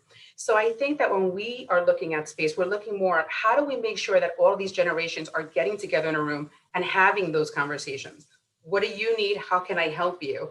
And making sure that that knowledge base is being transferred throughout everything, not just in the physical workspace, but it's kind of that nice accidental collision, right? Making sure that they're all kind of in the same conference room, whether they like it or not, because sometimes everything else is booked purposely, so that certain generational groups have to be together to be able to talk about certain forums that we have. And I think that that's where we're kind of still along those lines, where we're focusing on bringing those people together and being able to just exchange ideas, right? Having the new generation kind of tell some of the older folks, here's what we're looking at, here's what we're doing, and vice versa, right? Because I think everyone needs that. There needs to be that cross collaboration for sure. Well, Alexandra, that actually goes back to something that I wanted to get to in this, on this forum, just the question of technology. We've touched on it a little bit, but I am very curious what the technological and innovations that are needed are. What are the requirements, and what are the gaps? Jennifer, I was hoping you could start us off with that and just tell us a little bit about, what, from your perspective, what you think the gaps are and what are needed. Sure, Max. And so I think, it's been an evolution over the past year and change, right? I started off, it was Zoom, then it was WebEx, now I'm on Microsoft Teams, and the apps and the technology and the tools continue to evolve and change, and they tweak just a little bit, and there's a little more nuance or something else that's available that we've learned over the past, year and change. How often is it that somebody that's driving the deck or the presentation and they lose Wi-Fi? And then everybody's dead in the water, right? And so Microsoft Teams, now somebody else can drive, right? And so just little things like that have been really critical. And so I think that as we come back into the office, those collaboration tools will be really important. And I think that, we're always going to say, open up the line, right? You've got to open up the line because there's a couple of people in the room. There's a few people that are virtual, someone's remote, somebody's in the London office, et cetera. So you have to, open up for the meeting and be able to, give everybody the opportunity to be able to participate and be inclusive. So I think that will be something that will evolve as well. If I'm sitting in a room and I look to you, right, be it someone who's virtual, we want to make sure that we are, still being inclusive. So I think that the collaboration tools and the advancement of technology obviously continues to iterate, and we'll see, what's next. I do think, I'm sorry, Max. I do think that having the flexibility within the space, Jennifer, as you mentioned, not just with Zoom or with meetings, but just in general, when you're building out a space, I mean, that's one of the conversations I have with my technology team of, where do you place the WAPs? How often do you place the WAPs so that I have access not just at my desk, but I could pick up my laptop if my neighbor is a little too loud and just quickly move. And as simple of an idea as that is, it's been multiple conversations with my technology saying, well, typically, they're every 20 or 30 feet, we shouldn't do anymore. And it's like, well, you're going to have a gap where you're not going to get any signal. You need to kind of change everything and make it so a kit of parts wherever you go. It's almost like that's your main work desk, right? Or even flexible outside in the open air, right? So if you're in a campus that is, in a suburban campus, to be able to offer that flexibility as well in the outdoors. I think where we'll see it evolve to next is even higher mobility, connectivity on mobility. So it went from being able to work in an office or at home or somewhere like that with your laptop.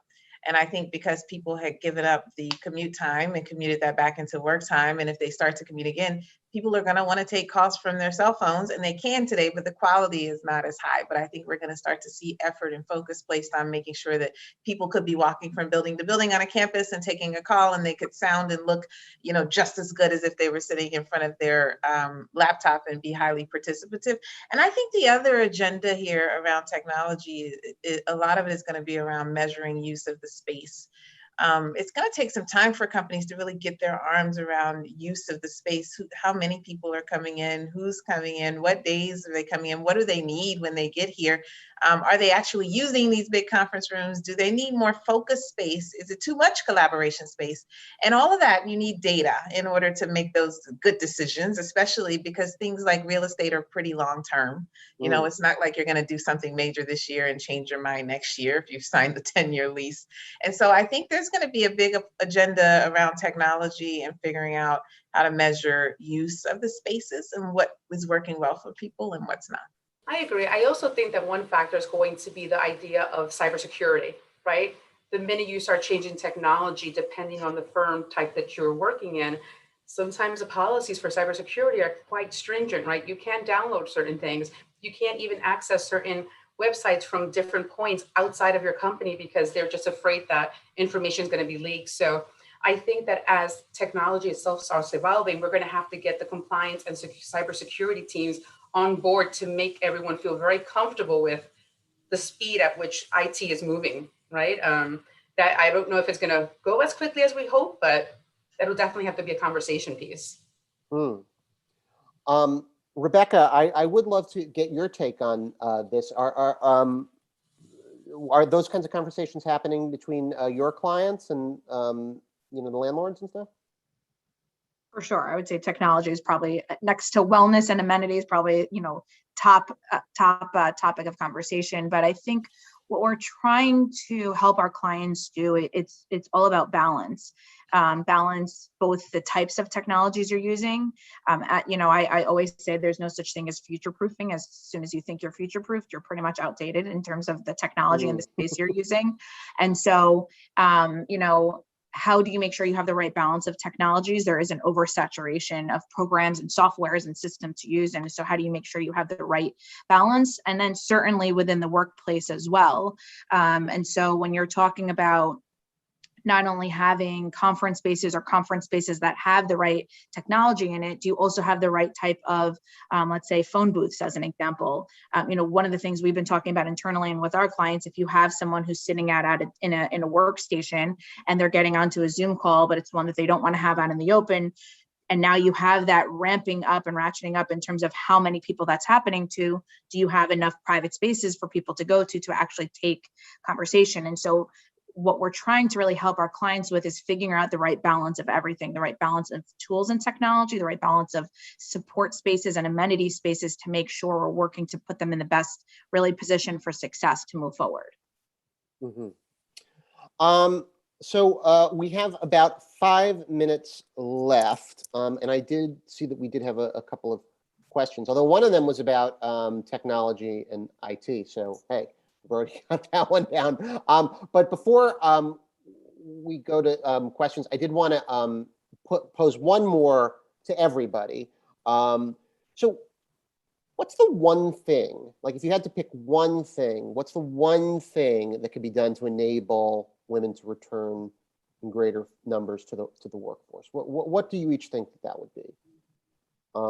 Linda, do you want to start us off? Sure. I mean, we've talked about it here, but the one thing is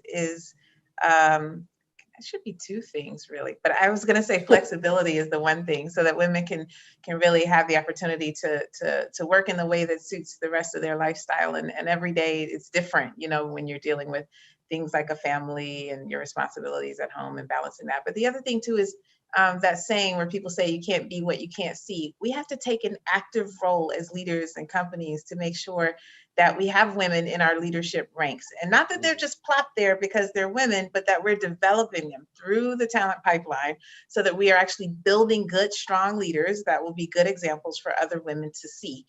And if they can see that it can be done, sometimes that is enough to inspire and motivate them to figure out how to get themselves back into the workforce, because we absolutely need a diverse group of people around the table, just people who think about things in a different way from one another.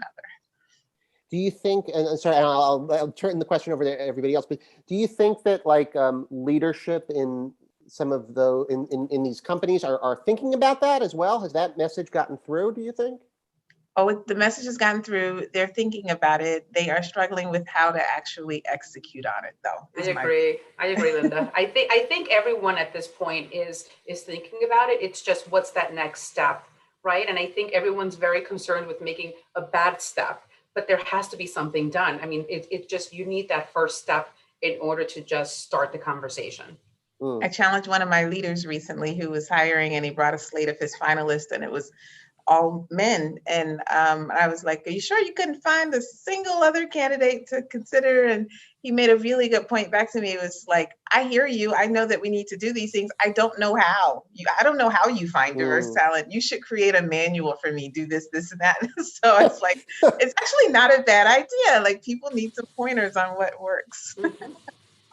Well, and it's there's a lot of, yeah, I don't want to use words like dumbness, but a lot of people who could use some more creative thinking. Let's put it that way.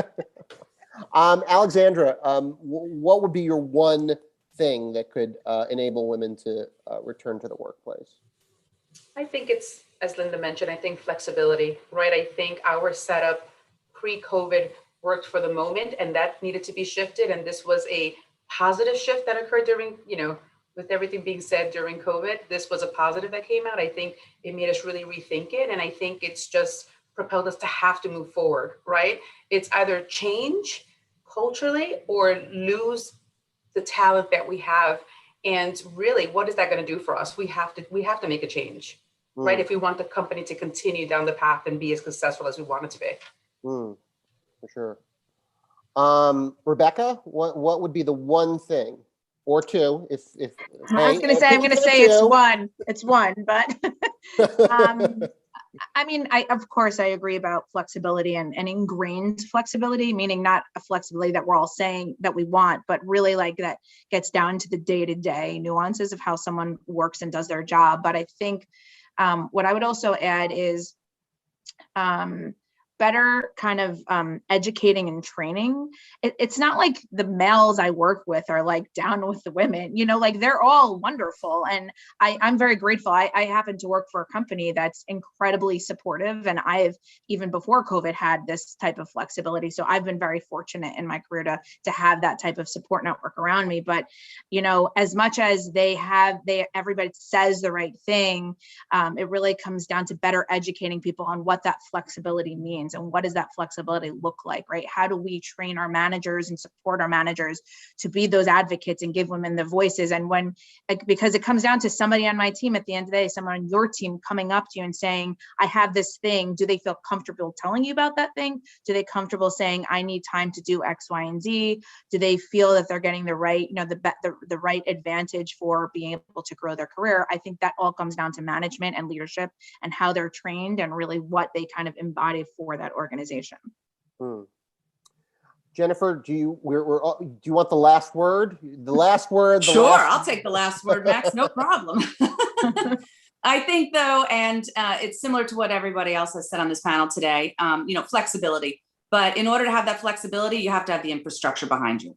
So you have to have a strong infrastructure for those that are at home with you, so that you can be effective in the workplace. You can travel. You have the ability for childcare. You also have the infrastructure in the workplace so that you can delegate, so that you can do as many things that are a high priority to you and to others in the industry, and to support those along the way. So if we build a strong infrastructure and a network that supports each other, I think that's really the recipe for success.